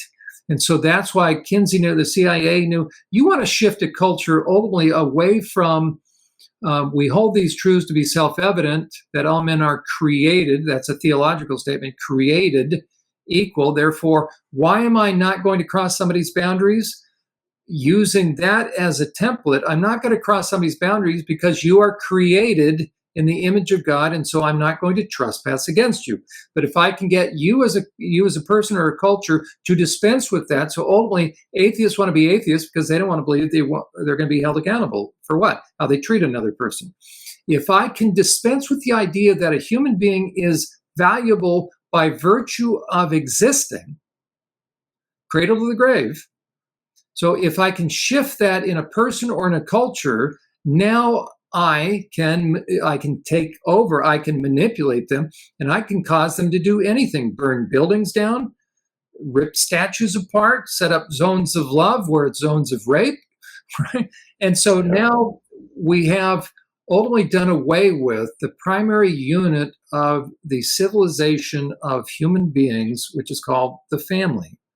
Right. So the way to break down the family is to break down the male commitment to his marriage. And how do you break that down? Pump him full of pornography, allow him to be selfish, and now he goes into a marriage. Is he going to be faithful? What's he vowing? It's a promise. What's he promising? He's not going to promise anything. He doesn't mean it, because as soon as he gets married, he's still into porn or he's having affairs. What have you just done to the integrity or sanctity of that marriage?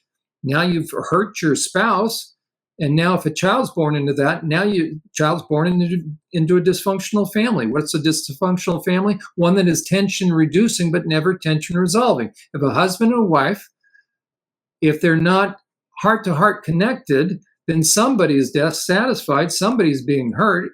If they can't resolve that, there's going to be tension. Child's now born into that, and the child will be driven to try to solve mom and dad's problems. Now you have the beginning of the different roles that a dysfunctional family or adult children of alcoholic or anybody that's born into a whacked out home, they're going to absorb, according to Murray Bowen, in an extended family systems. They're never going to be able to become fully self-actualized or themselves. They're not going to become emotionally differentiated.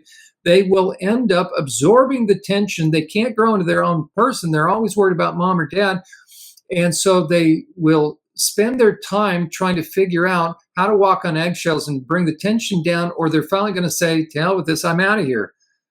And so you've created the next successive generations that are unable, because they haven't been able to fully develop as people. Now you have incomplete people that are doing what? They're not going to be able to find genuine satisfaction in relationships, so they're going to look to things and pornography, and now you've created an entire civilization that has no basis in bonding, so they're not loyal to anybody, and we're shocked why and how an entire society can betray one another. And so you look at the fine print and in a contract and how many contract lawyers there are, and that will show you the extent to which that society as a whole values people over things. It used to be a man's word was his bond, and you sealed the deal with a handshake. But those are people with high conscience and a high value of other people. But you shift a culture to where now it is a culture that instead of sanctity of life, it is the utilitarian view of life. Think about an SUV, sports utility vehicle. So you are either, in my eyes, you're either valuable, Sean, because you exist, or what's in it for me, what you can do for me. The moment you can't do for me, you're no longer useful. And therefore, now I view you on a bell-shaped curve as far as usefulness. So cradle to the grave, you're not useful at that time. And all we can do is we can play with how we extend the bottom of the bell-shaped curve. And therefore, those that are most valuable are in the middle. Those are the producers and what's in it for me. The moment you're no longer useful to me, I will jettison you. And then the most extreme state is the only reason why some of these people will be useful are for organ harvesting and adrenochrome. Right. And the pushers of the trans movement and all these deviant guys, ultimately, the reason why they're eradicating women is, at the end of the day, sex bots are going to replace women. women, and then we're going to have artificial wombs. So what is a woman ultimately going to be relegated to? Women really need to understand this. This is a very existential threat, because if we can outsource your womb, if we can do surrogacy, we don't need you. If we can replace body parts through either different surgical procedures or we're growing them in labs. Okay, so now we've got the eternal youth, the fountain of youth. But ultimately, if women are going to be relegated into silence and they're going to be replaced by other men now that look like women, hence trans stuff, then what is a real woman only good for? And I mean this in all sincerity. Sex slave. And then after she's outlived her usefulness, she's discarded. Wow. So you've described kids, then what are mindset. Kids aren't going to have a nuclear family, and we think that kids are dispendable. But the study of the field of the issue of human bonding, you take kids, if you interrupt that bonding process, that was discovered in the 70s, and everybody knew it, the culture knew it anyway. You interrupt the attachment, you get an attached or disrupted attachment, now you have a problem on your hands as far as a kid. Because if all it takes is 3 hots and a cot, think about communism, what they'll say is the party is the parent. So that means family doesn't matter anymore. We can raise a kid in a group home or an institution or an orphanage. And if anybody saw what happened when Ceausescu in Romania, when that dictatorship was overthrown, 60 Minutes went in and Barbara Walters went in, and they saw the orphanages, and you see these kids with failure to thrive, and they will never be normal. Why? They had 3 hots and a cot, but they had no human attachment.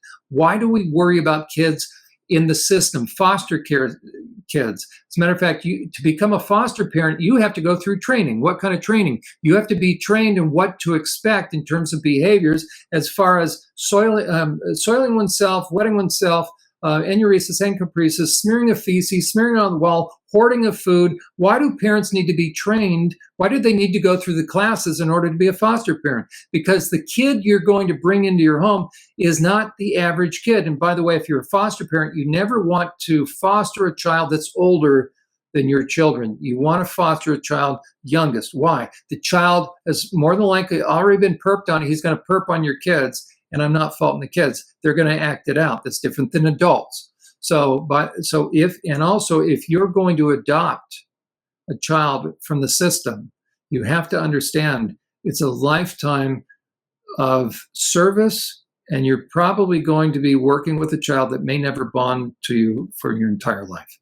Because why? You interrupt that bonding, and now you have a kid that's only loyal to themselves. And what happens if we pump a bunch of kids, especially boys, filled with pornography? Now these girls aren't girls, they're objects to be used. Now when they ever do get married, guess what? They're not bonding. And so a child produced into that home is going to have disrupted bonding. And now how do you change a culture? That's why we need to be concerned about this on every level.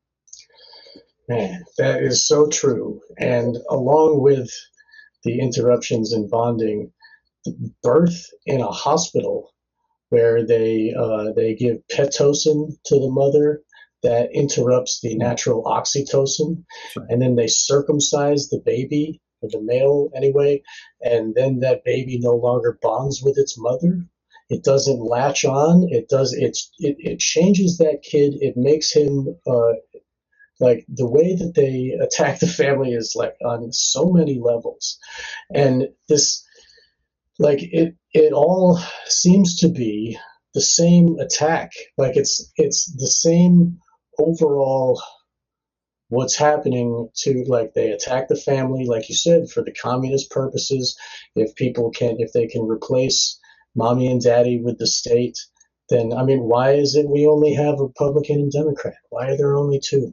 Why do Democrats say that they protect and care, and while the Republicans say like the Republicans protect and are strong, and like they're going to do more for you, like daddy, and the Democrats like give money and like care and like whatever like a mommy would, like it, because that's what they want us to be, adult children who do not understand like why our own like why our body, why we have feelings, and then when we see that we are, when we learn the atheism and that we're nothing meaningless, we see others as nothing and meaningless, and well, the only thing worth doing in life is, satisfying my urges, and then you get the Satanism, and then it's like full on moral relativism and all of that falls into place.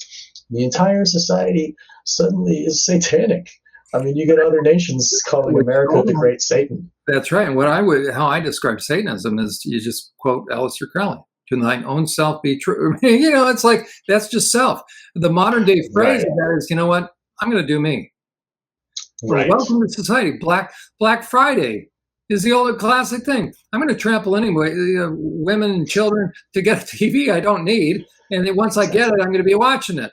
So, right, it's the classic example of a society now that is a utilitarian, selfish society. Utilitarian, you are as useful as, you're as valuable as you are useful to me. So when so you have two ends of the continuum, a society that values human life and those that only value what's in it for me, which means you are as useful, not because you're created, but what you can produce or how you can benefit me. I'm aware you still have the chart up. Let me go over the most important part of all this. So I recommend people look at, and by the way, the blue dotted line to the left of that is legal, to the right of that is illegal. That can fluctuate depending upon who you have passing laws. Okay, so but all things being equal, that's pretty much where legal and illegal, where you have the one category of right there. So the degrees of intensity and premeditation. This is really how all of this plays out.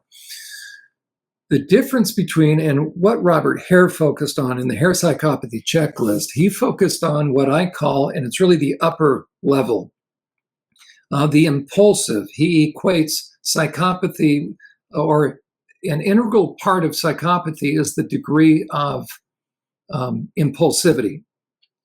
And so with the PCLR, somebody will rate lower if they have a greater degree of self-control. But he kind of belies his own thinking, because he says if he didn't study inmates in prison, which he really didn't, they were brought out to him, he would have studied them on Wall Street. So he either hasn't thought through his own statement, because he says, in his perspective, psychopaths are rare. But what's Wall Street? It's the way of the world. Right. Okay, so what I wanted people to see is, what I've broken out is, there's a big difference between those that are going to get busted more times than not and end up in sex offender treatment. That's above that middle baseline there, above the degree of intensity. Those are the ones we're going to read about in the paper. Below that is everybody on Jeffrey Epstein's list that we haven't heard about. That's one way to view it.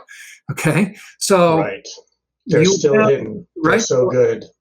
Right, they're so good at what they do. They have not been discovered, and they. There you go. And those are the ones that we need to worry about, because for every one victim that those above the line are going to have, the ones below the line will have many more, because they have systems in place. So the way you view this is, think in terms again of conscience. So we're shifting from a high view of people, therefore I want to have a conscience. Why? Conscience doesn't benefit me, it benefits somebody else. Intuition benefits me, because you're not going to get over on me. So intuition protects us, conscience protects somebody else. So to the extent that I turn the volume down on my conscience, I'm now able to override your boundaries. So you're going from being viewed as a person to me of high value to a person that is of low value. Now I'm objectifying you. So as we move from left to right, the value you have in my mind is decreasing every incremental step of the way. So what we have is that somebody who is now starting to, by the time this chart picks up, somebody is already actively in the process on a scale of 1 to 10. They're already in about a 2, moving to a 10. 10 has no conscience. 1 has a fully operating conscience. So by the time this chart starts, we could actually extend it. We would have it. It would end up being white, right? So you can see it kind of goes from dark to. So by the time we pick up where this chart begins, the presupposition is this: a guy is already feeling comfortable in being selfish. He's doing him.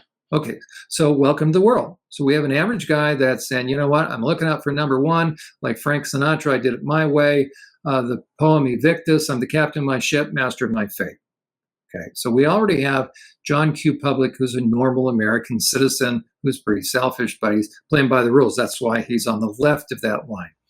So now we step onto this chart. You know what, kind of opportunistic. That means, yeah, if something comes along, I'll consider that. It's not illegal to be an opportunist. As a matter of fact, if you go to the shopping channel and look for a good sale, right, you're an opportunist. Okay, moving along. But if you're a business owner and you have the opportunity to, let's say you're a car salesman, and here comes somebody to buy a car, and they say, well, the little old lady, she can only afford $200 a month. Well, if you're a unscrupulous but a good salesperson, guess what? What's your goal? You're not going to be conscious of her budget. You're going to try to get her. Right, so you're an opportunist. If you are a server at a restaurant, you're an opportunist. Hate to tell you why. Why do you bring the dessert menu to them?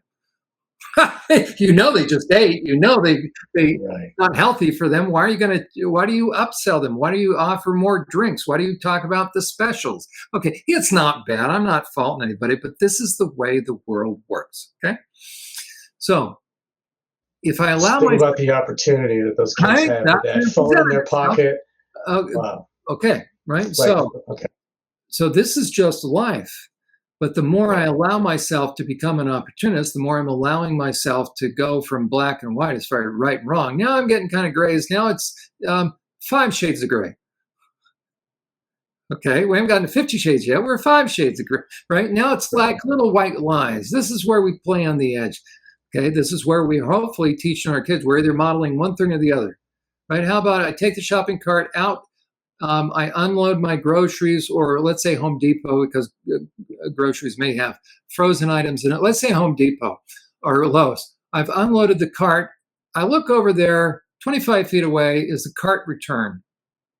I don't want it, so what do? I leave it there. Now, I'm not faulting anybody, but it's important for us to think, because now, what am I teaching? It's kind of like littering with shopping carts. It's just, okay, why do we have littering laws? We tell people, you know what? Well, it's easiest. I could wait and put this in a trash can, or I just throw it out the window. Okay, that's an opportunist. So we have to teach kids, don't be an opportunist. I know you already have toys, but little Susie only has one. I know her toy looks inviting in the sandbox. Don't take her toys. Okay, play fair, play nice. Okay, so think about sports. Why do we have referees and umpires? Why do we even need them? Because people are opportunists. They won't play by the rules. Okay, so now layer on top of it what society has to offer, and then also sex and sexuality. So we have a guy that's already playing on the issue of ethics. He's going to lower the bar on ethics. So now it's not so much right and wrong. Now okay. So if you go way up to the top, you're already going to see by the time somebody gets into sex offenses, they've already become unethical. Now they're going to layer immorality on top of it. Okay, so now a guy so by the time you're immoral, you're already unethical, right? Because most guys, well, she didn't have to. Okay, thank you, right? So you're not going to control yourself. You're going to leave that. So welcome to the world. So we already have the basis of some guy that's very selfish and opportunist. Now let's layer pornography on top of it, or sex and sexuality. Well, some guy who's an opportunist, who's into sex and sexuality, goes out on a date. Guess what? He says, well, what do you expect? I bought her dinner.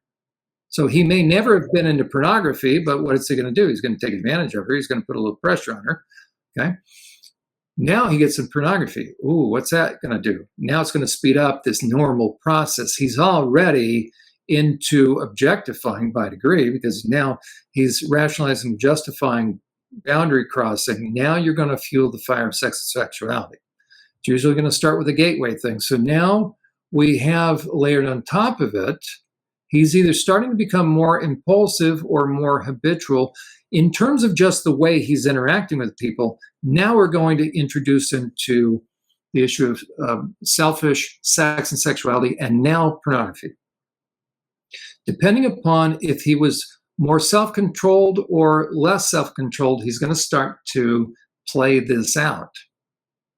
So it really comes down to the degree of self-control. If the PCLR focuses on impulsivity, guess which population it's going to start to focus on? So if I'm a sex offender treatment provider, and let's say I'm assessing and somebody got busted for a sex offense, and if I have been taught that sex offenders are more dangerous as far as higher risk if they show greater degrees of impulsivity, what happens if I have a 67-year-old man who never has had a criminal history, who's been in a job for 25 years, is an elder at his church? Guess already what category he fits in my mind, or what category he doesn't. He's not impulsive, so he must be a lower risk. That's because as a clinician, I'm either not thinking it through or I'm not aware of this dynamic. So the greater concern, in my estimation, it's all public safety, but the ones that are least likely to get busted are the more self-controlled. Where do we find them? Politics, finance, everywhere below that line. But look at the one thing that's true about both kinds of sex offenders. The degree of intensity is now just the degree of planning. So those that are above, so the intensity is still the same. What degree of premeditation? The impulsive one has less degree, and so you head up. And so we're going to now go to impulsive and compulsive, meaning they're doing it a lot now. Now the question is this: are they going to be a loner, a lone wolf, or are they going to go in a pack? Lone wolves will go up. The degree of, if it's with a pack of guys, socialized guys that are just as equally as deviant, now we're going to go that route. Now that's going to be the fraternity brothers that are going to rape someone. Okay, they're going to end up, so that's where you see a gang of guys. If it's more the lone, you keep going. Now it's driven, erratic, so they're becoming more unpredictable. Why? Because they've opened a very dark door for themselves. Something is starting also to take over, and you're going to reach where it's lying in wait. Now you're going to either just be straight up a psychopath, or you will become possessed. Factor X is what BTK killer referenced, Dennis Rader. Okay, I don't believe that every single serial rapist murderer was possessed. It was now a lot of demonic activity. Yep. So it's interesting for each person to ponder that. Right. The factor X on down, what you'll find is more of an emphasis on blood and dismemberment. But if you go up the other route, ritualistic means there's method to the madness. You're eventually going to get the crazed, maniacal snatch and grab, and we may or may not end up with a dead body, or the terroristic that he wants to create an greater degree of trauma. So we're going to possibly keep her alive even longer. The maniacal one, so you have crazed. Now the question is, do I create, and those, by the time you get there, you're probably going to have a body, okay? But is it that I killed her very quickly, or I kept her alive for 4 or 5 or 6 days? Okay, that's the individual, the single serial rapist and murderer, or the guys that we're doing collectively. But again, that's all impulsive. So pretty much you can begin to kind of define that. What do I have? Oh, and then just the straight up dismemberment. He's more methodical, but he will be by himself. But he's still going to dismember. Now, so those are, now that I'm remembering why I wrote this, okay, those are all going to produce bodies, meaning cops are going to be called homicide detectives. Okay, so they're going to look at what the condition of the body. So from top down, by the way, maniacal, that's going to be all ripped apart, Texas Chainsaw Massacre, that kind of thing. Okay, the terroristic, he will have tortured her for days and either dismembered or not. Okay, Jeffrey that's right again. Jeffrey Dahmer, interesting. Jeffrey Dahmer would have been terroristic, well, I don't know. We can make a case one way or the other. Maniacal, the question is, how long did he keep his victims alive? Now, not the body parts in the freezer. I mean, he was dripping acid into their brain to make robots. So that we would probably put him in the terroristic. But the question is, as he was staring at their eyes, was he getting off on seeing the terror? So the maniacal one is certainly seeing terror, like the Freddy Krueger kind of thing, but not going to keep him alive for days. The terroristic one is going to put him on the meat hook and keep him alive for a few days as they're slowly chopping off body parts. Right. Okay, qualitatively, there's a difference. And you watch what they're into as far as the media, and it'll tend to match. And then the dismemberment one, that is going to be, again, I'd probably put Dahmer in that one. So my hunch is he wasn't, he knew his victims. Okay, here's the difference. Do you dismember them while they are sedated and they're passed out? Or here's the other thing. Do you dismember them after they've died or while they're still alive? Right. So different psyche going on. So it all has to do with the worst is I'm getting off on creating the trauma and I'm getting all that energy and all that. All the way to I'm still dismembering them, but they're not aware of it. Or I dismember them after I've killed them. Okay, so like creating an art piece or something. There, like the Black Dahlia, or like there you go. When Dahmer chopped off the head of that dude and bent him over backwards, and there you go. Got kept photographs of it. There you go. So for instance, the very top one, the maniacal wouldn't do that. He's going to be the one to cover himself in blood, and he's chopped up body parts, and he doesn't care if they scatter or not. Like an animal. Right. There you go. So the dismemberment one would be the very methodical one. And it wasn't so much he kept the victim alive while he's dismembering them because he was getting off and seeing the terror in their eyes. Right. And Dahmer's favorite movie was Exorcist 3. Would watch it religiously, and that's about possession. Pardon the pun there. And he also had an altar made out of bones for ritual, like, I don't know, if ritual sacrifice or at least demonic ritual performances. So you could see then that that's going to be in that dismemberment category, the third box down, right? So and this is what matters. So for instance, for a professional, now again, chopping up bodies, so you're probably going to be doing live for a long period of time.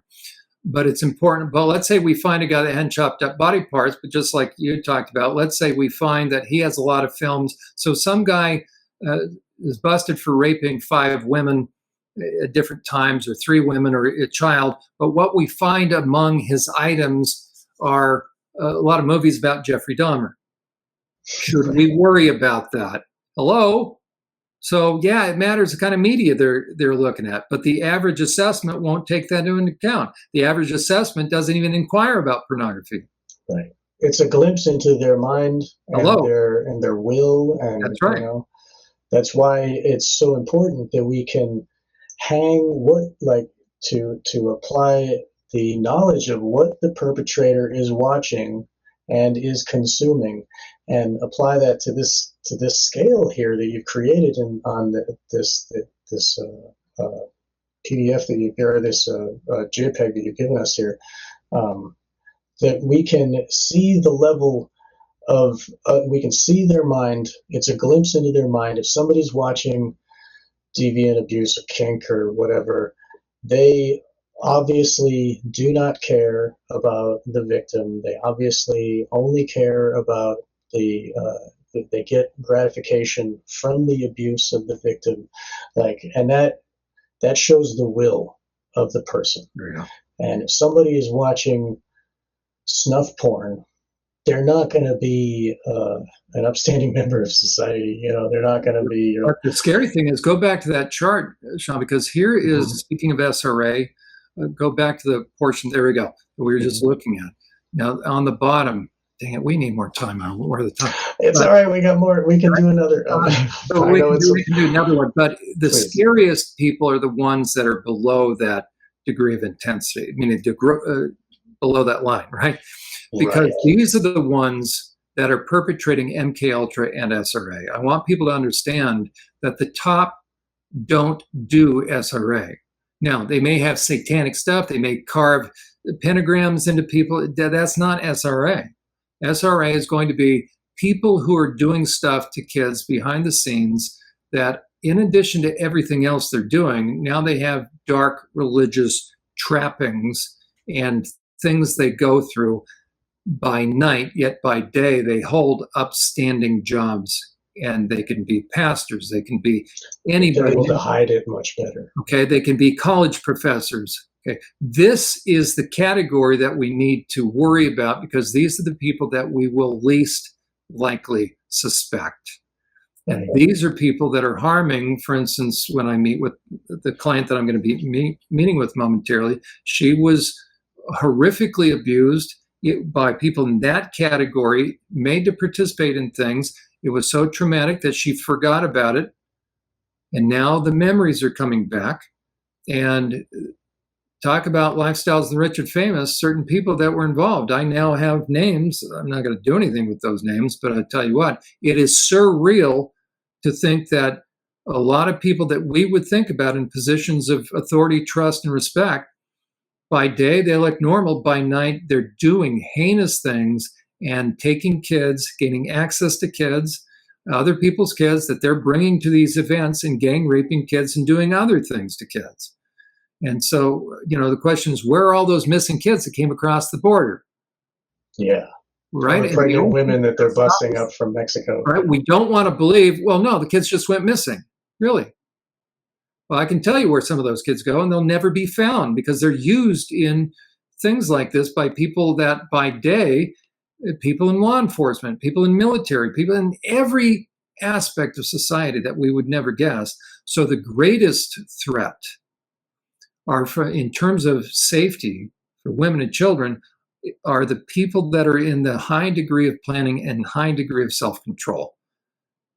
And that's part of my message to people. We need to begin to risk believing that anybody is capable of doing anything. We need to be really mindful of everyone. We don't want to get jaded, but if we think, well, no, they're in that position, they would never think about, dispense with that idea. Right. Yeah, this show, on my show, I've been continually talking about how hierarchical systems of obedience are intrinsically evil. It takes away the will of the person, and it puts power dynamic over them. And this is how Satanists structure their societies. This is how, and those people, you look at the government, you look at the government, or the corporations, and how the stock market and how the financial systems, all of it is based in the same way, where there is occulting. The people in the lower portions know not what the people in the upper portions know. And those in the upper portions are able to hide their deviance. Their entire structure is built to hide them in this bubble of to protect them. That's right, because the higher ones are screening the lower ones. And by the time you get up there, you've already been screened and vetted, and then you're already compromised. They got blackmail, and then we're really describing, and we can pick up some if you want, Sean. We can describe what is the sophisticated psychopath, because that's what we're talking about in that lower category there. Those are the ones that are exactly what you're describing, Sean. That would be wonderful, and I would love to have you again for another conversation on the show, Wake the Dead. So you're always invited, and I hope that I have some ideas for future shows that I would love to talk with you about. So if you would be so gracious, the listeners can look forward to those, hopefully in the future. I'd be happy to come back. Wonderful. That's great. Thank you so much. And is there anything, so people need to check out survivorsupport.net is your podcast. Let's say first maybe they can start with your YouTube people can find that's easy. Everybody goes to YouTube, and you have many videos of your conversations with others. Here, there's our earlier episode on the list there from a month ago, and so people can dive further into your work. And another website that you have created is churchprotect.org, and this here you give information to churches about how to keep their flocks safe from these type of predators. The number one place that a sophisticated predator likes to go is to church. So people need to understand that. Yeah. And if you study SRA, you'll see that's true. Like so many churches are where it goes down. And we also have here, let's see, this one is your main one, survivor support. And there's so much information that you've loaded this with all kinds of information for people to help heal themselves, help to understand the impacts of trauma. It's like porn and dark deviance, like what we're talking about here. There you go. Trans deceivers, trans deception. And another one is unmasking the trans movement. It's a .com, so I got .net or .com. That's right. So that's right. All one word scrunched together. It's unmaskingthetransmovement.com. And Sunday night we've shifted to a live format as far as recording, because Brad Wild, my producer, myself, and Gillies, my co-host. It's all volunteer, so we're not paid for this. So we've shifted now to recording every Sunday night. So, and that's live. So under the live tab, on YouTube. So we have a YouTube channel, the same thing. Come visit us from 9 to 10 p.m. Eastern Standard Time. Anybody can join us. You can ask questions. We have subject matter experts. As we are recording this, this is Friday, so in 2 days, this coming Sunday, we're going to be talking about the 9 key red flag indicators, clinical indicators of sexual abuse that are being reframed by the pushers of the trans movement. Those red flag indicators of sexual abuse are being reframed as gender issues. And so, so under the live tab, you'll see the most recent programs. Come join us for that. And again, a lot of good subject matter content that will help educate parents and the public about the dangers of the trans movement. Yes, and where you will help to see us so that we can frame it in the proper context, where it's not harmless. It's not like in the 90s everybody was pushing the gay thing, and then during Obama, love wins in quotes, and they put the colors of the flag on the White House, and then done with that, moving on to trans, right? It's like a stepwise from one to the next, and then I'm sure once they're done with trans, it'll be bestiality or blood porn or whatever, cannibalism. Like they're just dragging the society, and this is great that you can show. And every week, I love that you're still on. You stay on it. We don't just say, "Oh, I'm done. I said what I need to say," because it's a continual unfolding, and the attack is again, that too is continuous. We see every couple of days there's more stuff in the news, trans people shooting up schools, trans people like harming others, and like I believe that there's something wrong in the minds, like after all of it, like what it's been. Well, we'll go into that on another show, and I thank you so much for sharing with us and for doing the work that you do. And everybody should definitely check out churchprotect.org, and should also check out survivorsupport.net, and and unmaskingthetransmovement.com to see your further works. And also check out Imagination Podcast. You have been having lots of work with Emma Catherine, and where you've been revealing to her many of these topics, and you have a wonderful rapport with her, and we'd love to hear you hear your voices together there as well. So we hope that all the listeners will find you there as well. So anything else that you would like to say before we stop the recording here? No, I appreciate it, Sean. Appreciate your work, and we'll just happy to come back, and we'll continue. Thank you so much. I so much appreciate your time and attention, and I look forward to the next one. Likewise. Thank you all for listening, and we will see you next time on Wake the Dead.